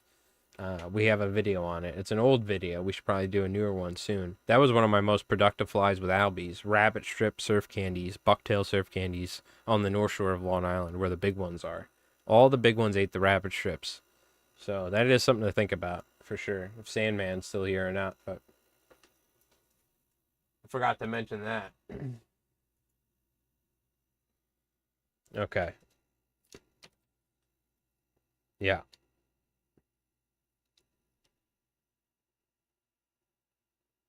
Yeah, I'll film that video tonight. I think the next video will be the Mickelson one for the giveaway, but I'll film the bunny deceiver right after it, and it'll probably be the next video then. But I think what I'll do is I'll wait to put it out till obviously maybe Wednesday or Thursday, probably Thursday, and I'll try and go fishing, get some footage of me fishing with it, and we'll see how we do. And I like getting footage of it in the water at the, even though it's nice to do a swim tank, I might do a swim tank footage of it. I like showing it in the water and going fishing with it because it's something different, you know? Even though swim tank footage is always nice, it's kind of a pain in the ass to set up the swim tank. And you always have to drain it because if you leave water in it, it gets fucking dirty inside. So it is kind of annoying, but then again, boo-hoo, I decided to make these videos, so I should probably use my swim tank a little more often. It's been a while, but if I'm going fishing, I'm like, you know what, I'll just film it in the water. You know what I mean? I need to find my GoPro case, the waterproof case, because I kind of want to start getting some underwater footage.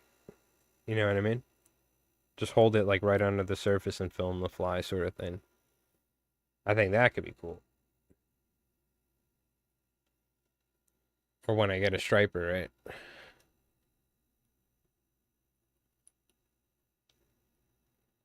Because I do have a official GoPro waterproof case, so I need to see if I can find that. The only problem with that is when you're then filming normal stuff, it sounds like terrible. The case on the GoPro with the audio makes like an awful noise. So it's really like when you're dedicated trying to film stuff underwater is when you use that. Believe it or not, for saltwater fishing, GoPros, they can get splashed a little. They'll be perfectly fine, you know? You don't want to dunk them in water. I think you technically can, but I wouldn't do it. But I think you can technically dunk a GoPro without a special case. But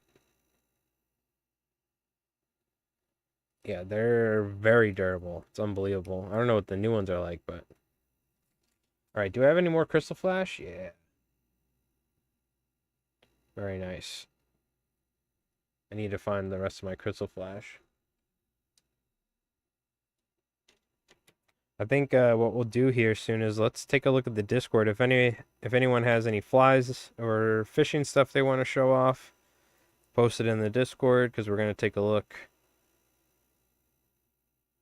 and peruse and see what everyone's been up to. It's been a little while.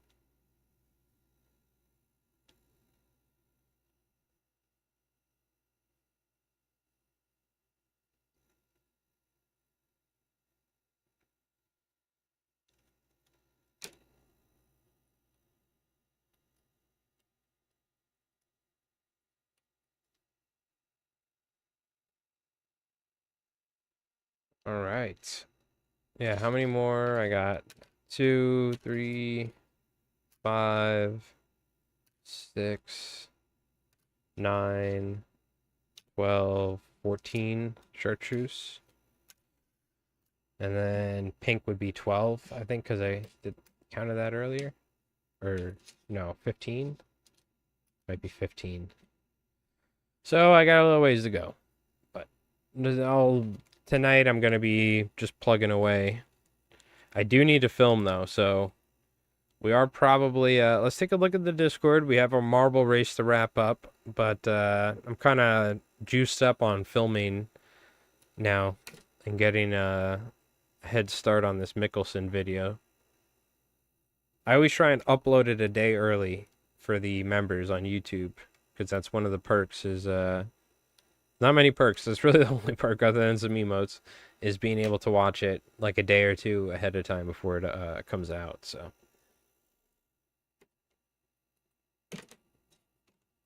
I wonder though if there was another day that I would stream, what would be a good day to do it? I don't know about the weekends. I'm thinking during the week. Do we do an early stream, like an earlier daytime stream? Or do we stick to night? Might be nice to do an early one.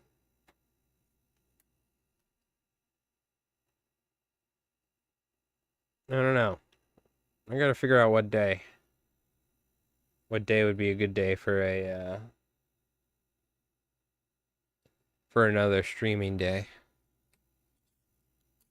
Because I should be streaming more for sure. I should be going live a little more often. Give some of you folks that have been kind enough to gifting or joining memberships on YouTube or subbing on Twitch. Give you guys some more content. Tuesday morning? Honestly, Tuesday mornings I was thinking like, you know, I want a little bit of distance in between Friday. And that's kind of like a good time. So it honestly might be Tuesday morning. Surprisingly. It might honestly be Tuesday morning. But we'll see. I'll figure it out. It was rough enough for me to get back to streaming one day a week after streaming for so long. But I'm easing back into it. So I would like to stream at least one more day. It's nice, like, you know, I don't like having a super defined schedule, but it is nice for you folks to know when I am going to be streaming, right? So I'm working 10 p.m. to 10 a.m. starting Monday. Okay. Well, yeah, Tuesday mornings might be the when we do a daytime stream. We'll see. For sure. Real quick, before we transition over to taking a look at the Discord and we do our last giveaway, I'm going to show you guys, whether you like it or not, what I've been hopping. So, by the way, I printed and painted. I only have a little bit of time each night to do this, but I 3D printed all these dwarves. Check these suckers out. Last night. These are winter Germans, which I printed and I need to paint for this weekend, but I printed them last week for bolt action. But these are dwarves, sci-fi dwarves. These guys are on jetpacks. Oh, that guy looks sick. So I'm working on their paint scheme right now, which this is for a video that we're filming on Monday called for One Page Rules, which is a free game system. And these are the models that One Page Rules released. But I'm working on their paint scheme. They got black, they got like this nice turquoise blue, and then their armor is going to be white. But I got to paint these damn Germans up for tomorrow. I don't know when I'm going to do this. I'll probably be doing this tonight after I record the video. It shouldn't take long. The World War II minis are so simple. I've been painting for so many years now, but I did want to show you guys that because, what do you call it? Oh, and check this out. My buddy's been 3D printing. My buddy got an FDM printer. So you've seen me make terrain in the past with cardboard. Check this shit out, dude. Now, I painted it. It looks like crap because I use craft paint. But check out these old French buildings from like early 1900s. They have, if I can get the damn thing on. But look, multi-level. You can take the roof off. Put your dudes in there. This is an FDM printer. What I have is a resin printer. So you see me printing the miniatures, which has ultra-fine detail. An FDM printer, you can print. That's why you need an ID in some states, because you can print certain things like frames to certain things. I'm not going to say, but a frame to a particular thing that goes bang or something, and they don't like that. But FDM printer, you can print stuff like this. It's super durable and hard. And the way it works, mine works with UV resin, much like how we fly tie, and a light cures it. So there's an LCD screen with a UV light, and it goes pixel by pixel, and it can light up a pixel where it wants with UV light, and then it cures the resin, and it slowly builds up layer by layer, thousands of layers. So imagine if you you made a fly with nothing but UV resin, and you just slowly built up the UV resin where you wanted it. But imagine you scale that out by thousands of pixels. So that's how UV resin printer works. This is an FDM, which has a nozzle, and it has a spool of filament, which is like plastic or some sort of material. They have carbon fiber. You can print like carbon fiber car parts and stuff. It's sick. And what this does is it starts from the bottom up, and it has a flat metallic plate, and it prints right to the plate. And what it does is it heats up the filaments and melts it and goes pixel by pixel, working its way up. The UV resin printer works from, it works like opposite, essentially. It kind of works the same, but it builds it up with the UV resin by turning on the light. This melts the resin and goes boop, boop, boop, boop, boop, boop. And you see it moving around doing it the whole time. It goes layer by layer by layer by layer. And that's how it makes stuff like this. But we have some sick terrain for our battle reports. Shout out to Rev. And then another hobby thing, I'll show you guys. I'm not going to show you now, but if you watch some of my battle reports, you'll see some of the trees I made. We're probably going to use soon out of grape stems, but these are tree armatures, which are sick. These are plastic trees, essentially, and they're completely flat. But what you do is you twist them and bend them, so they kind of have a more normal tree shape. These are deciduous trees, by the way. And then what you do is you put either clump, like foliage you can get for like train making stuff, or you put flocking, like sawdust that they paint and stuff.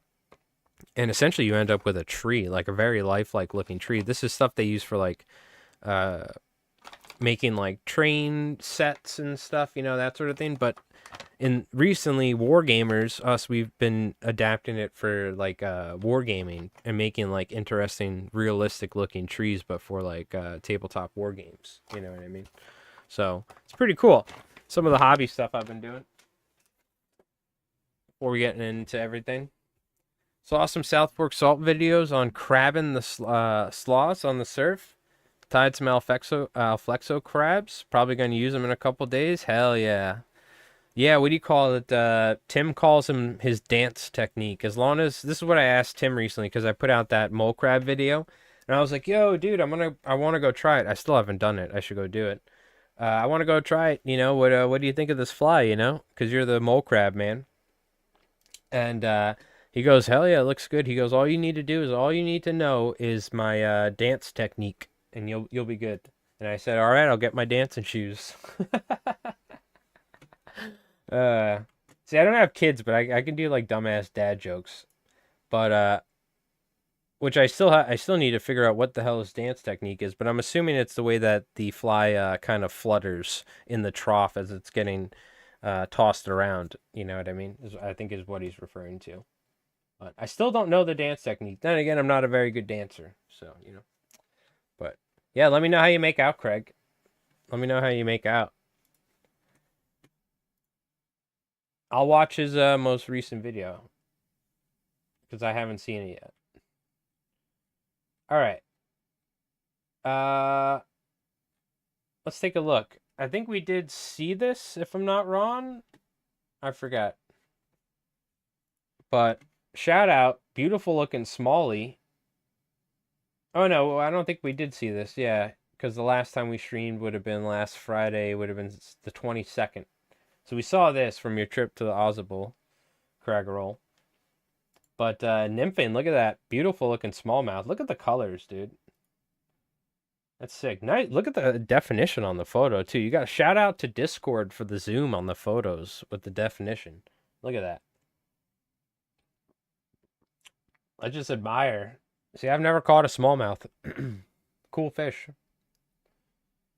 Aggressive, too. You can, I mean, hey, shout out to the smallmouth bass and Bob Clouser, legendary. We wouldn't have a Clouser minnow if it wasn't for that fish right there. The Clouser minnow was developed for this fish right here. So, turns out one of the best flies of all time. And this is what, a roach? Is that correct?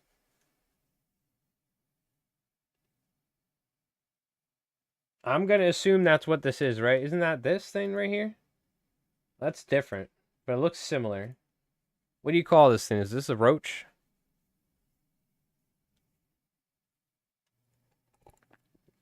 Cool looking fish. I think that's what that is, right? Could be wrong. This is what you were catching them on, huh? What is that?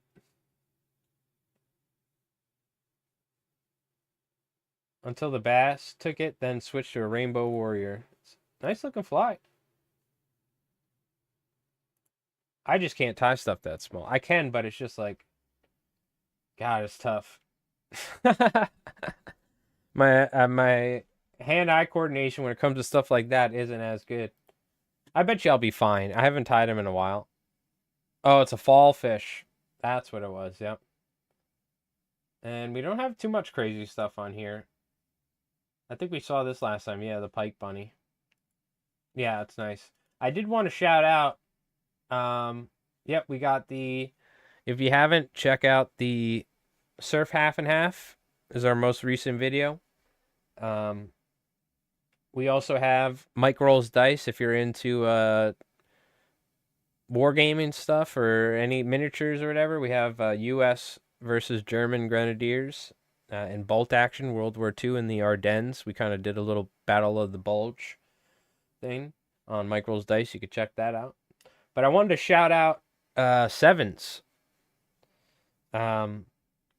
Sevens posted, which I just want to make sure, just in case. I've clicked the link before, but just in case, making sure like tits don't pop up.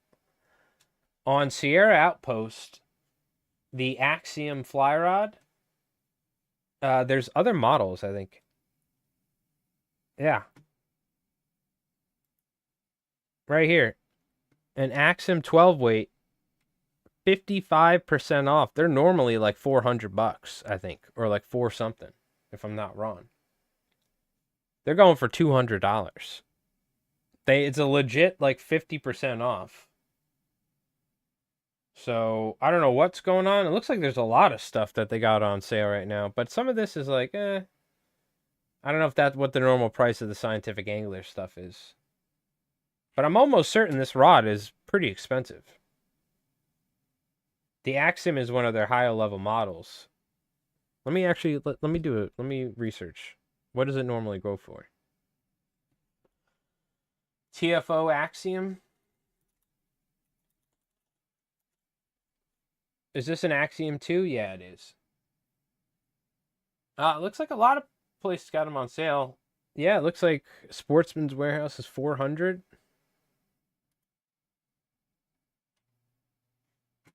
This TFO's website.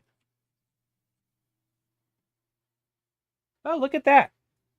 That's interesting. TFO has them for $289, but other places got the Axiom for like $400.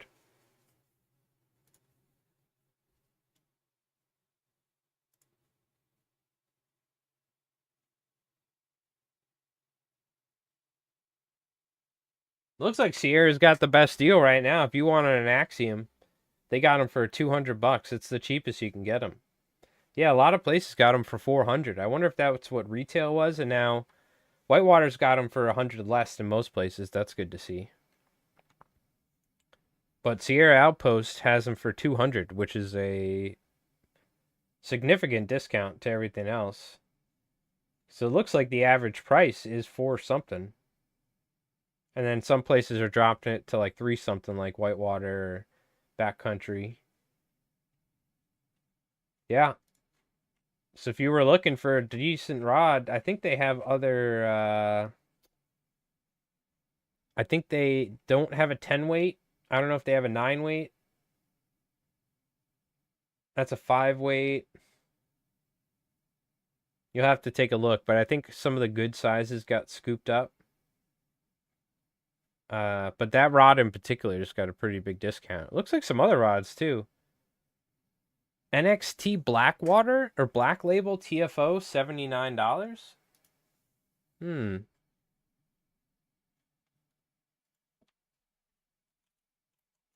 I don't remember what that series is.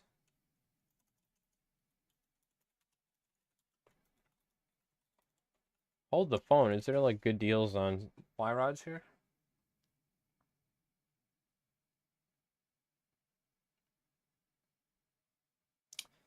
5 weight, 5. Okay, so that's a freshwater. That's why I don't know that series.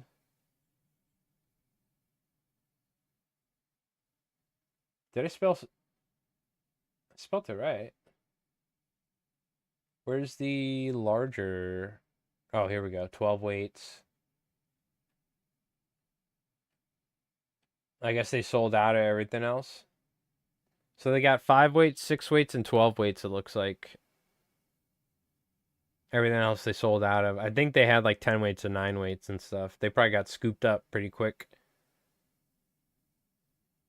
Well, I mean, if you were going tarpon fishing, this is the rod probably right here. It's a good striper rod, too. Made in Korea, too. Make good guitars there. Anyways, I wanted to shout out Sevens because he shouted that out. That's a really good deal. So, I don't have the money for it, but if you're looking for a 12 weight, I think if you got it in time, they had 10 weights too. Like $200 for an Axiom 2, $400 rod. It's pretty good. I would just break it in the first day probably, so I go with the cheaper ones, but still. All right. We've caught up on everything. It's time to do a marble race. It's 8:17. Ain't super late, but that being said, if I plan on actually recording some YouTube videos and stuff, we've been streaming for 2 hours, 10 minutes. Not super long, but what do you call it? I'm going to try and get some videos recorded for this weekend, so. But there's a guy on Instagram called Fall Fish Lover. He targets them. They look like cool fish. So if they put up a fight, that's pretty cool. We got our marble race, though. All you got to be doing is following the channel on Twitch. Type !play on Twitch. For everyone on YouTube, we have a giveaway that I'm going to be recording after this stream. I'm going to record a Mickelson craft for bait fish, a guide version. And that's going to be a video coming out Sunday. All you got to do is watch that, like, comment, subscribe on it. Most of you already subscribed, but if you're new. And then we'll pick a winner. So for everyone on YouTube, don't worry, we got you. Unfortunately, we can't involve you folks in the marble race, but this is a tradition here on the channel, so we've been doing it for years. All right. It looks like we got Jin and Craggerroll and AR. AR already won, so it looks like just Jin and Craggerroll. Anyone else watching on Twitch, !play, hop on in there. Oh, isn't it crazy, by the way? Now, if you notice, my numbers didn't change on Twitch. But they significantly dealt with view botting on Twitch, which has always been a problem for years. You would see channels with, and there's times where people will have hundreds of viewers and like one dude commenting, but there was obvious times where you'd see people with like 2,000 viewers and like nobody commenting, or like just a handful of people, and like even here on our stream, we have a couple people commenting every once in a while, with like 3 viewers, 5 viewers. But view botting on Twitch was such a bad thing. And I was watching videos of people going through and looking at the statistics. I forget what it was. Wasn't it like 25% or 50% of people or all viewers on Twitch were bots or something? I don't know. There's some crazy number, 25% maybe or something, but it's wild. But you'll see channels now with significantly less viewer numbers because whether they were doing it on their accord or somebody was doing it against them maliciously or doing it against them or doing it for them unbeknownst to them. What do you call it? You'll see numbers have changed probably on the platform because of it. We got follow botted once. We were streaming on the kayak and we got like 300, 400, 500 follows came in at once and my alerts were going off. I'm like, what the hell is going on? And somebody probably paid to do that maliciously against me to try and like get me in trouble, because you can get in trouble for doing those things. And our follower numbers skyrocketed on Twitch at the time, but luckily Twitch caught it and they like removed it a while later. I didn't get in trouble, but I'll never forget that. There was all sorts of weird botting things that we dealt with early on. But anyways, I thought that was interesting. Shout out to Twitch for actually doing something about it, though. It took them forever, but you got to give credit where credit's due. They actually did something. YouTube needs to do something about the bots in YouTube comments. I don't have to deal with it, but if I ever get to the stage to where my YouTube channel is large enough, I'm gonna have to actively be deleting these like sex bots, these clankers. You know, any sort of popular YouTube channel. The second a video is posted, you have like 10 videos where it's some semi-naked person or a girl in the profile pic, and they're like, "Oh wow, this video changed my life," and it's just bots. And then they get bots to like the comments, so the comments go up to the top. But it's funny, like YouTube knows what's going, or like the community in YouTube knows what's going on. Every comment section's like, "Shut up, you bot." Like, but YouTube needs to do something because it's out of control on on YouTube with the bots. So shout out to Twitch for doing something, man, about view botting. So I'll tip my oh, you can't see it. I'll tip my decaf tea to him. You know what I mean? Yo, Slim, what's up, brother? How you doing? All right. Hey, Slim's in there. Perfect. Let's start it up. I gave you folks some time here. I saw you've been busy, Slim. It looks like you've been having fun over there. Seeing what you're posting. Hell yeah.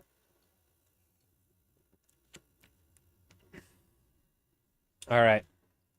Just woke up. There you go. Hopefully it's cooling down a little bit nowadays. Oh, hold on. Before we do that, it's time to shut off the filter for the audio. I'll shut off my AC. How about that? And then I got to turn the filter off so you guys can hear the music. Professional streamer, I did it. I remembered. It only took 8 years. A lot of work? Oh, yeah. I figured it was work. Figured it was work.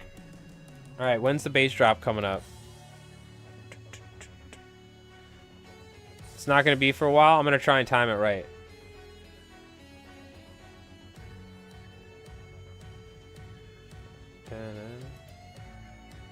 Let's see. I think I went early. Yeah. This song's different too anyway. But that's all right. It'll be cool when you guys are coming out of the funnel hopefully or something. Right now I should have hit it.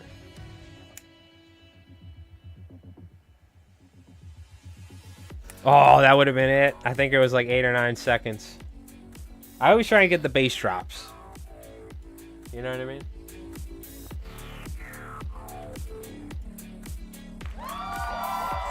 All right, last marble race of the night. First marble in the pit other than AR is going to win.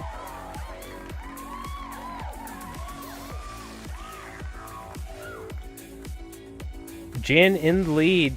I don't know who the hell made this track the brightest neon green available to mankind, but shout out to whoever put this track together.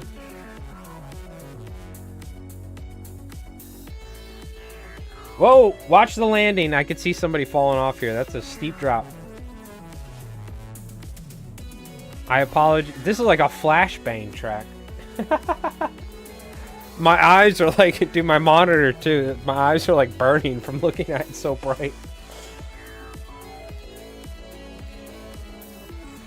It's like ultra neon chartreuse. Jin in the lead.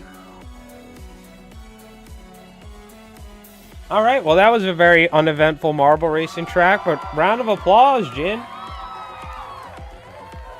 Speedrun original. Remind me not to play that one again. Oh, we played that one before, dude? Wow, look, choke and stroke. With a minute 3. Did Jin beat that? No, minute 17. Wow, choke and stroke. That was a quick choke and stroke. Long time viewer there. Quick round there. Congratulations, Jin. Some, you can't win them all. I mean, I'm not trying to take away from Jin. That was awesome. Congratulations, Jin. But some of the marble tracks, we like marble tracks where there's a little bit more to them. Sometimes they're just like, okay, go down here, and then, okay, you go in. Like, all right. I think what this track had going for it, it was trying to blind the person, me, with the neon green. It, like, genuinely made my eyes water. So bright. Jin, all right, congratulations, my friend. 1-800 kiss my ass. That's right. All right. Well, we got Jin, we got AR as this month's winners on Twitch. For YouTube, the video will be coming out on Sunday, and I'm about to film it here in probably 30 minutes. I'm going to let the camera cool down a little bit. I gotta clean the whole desk off.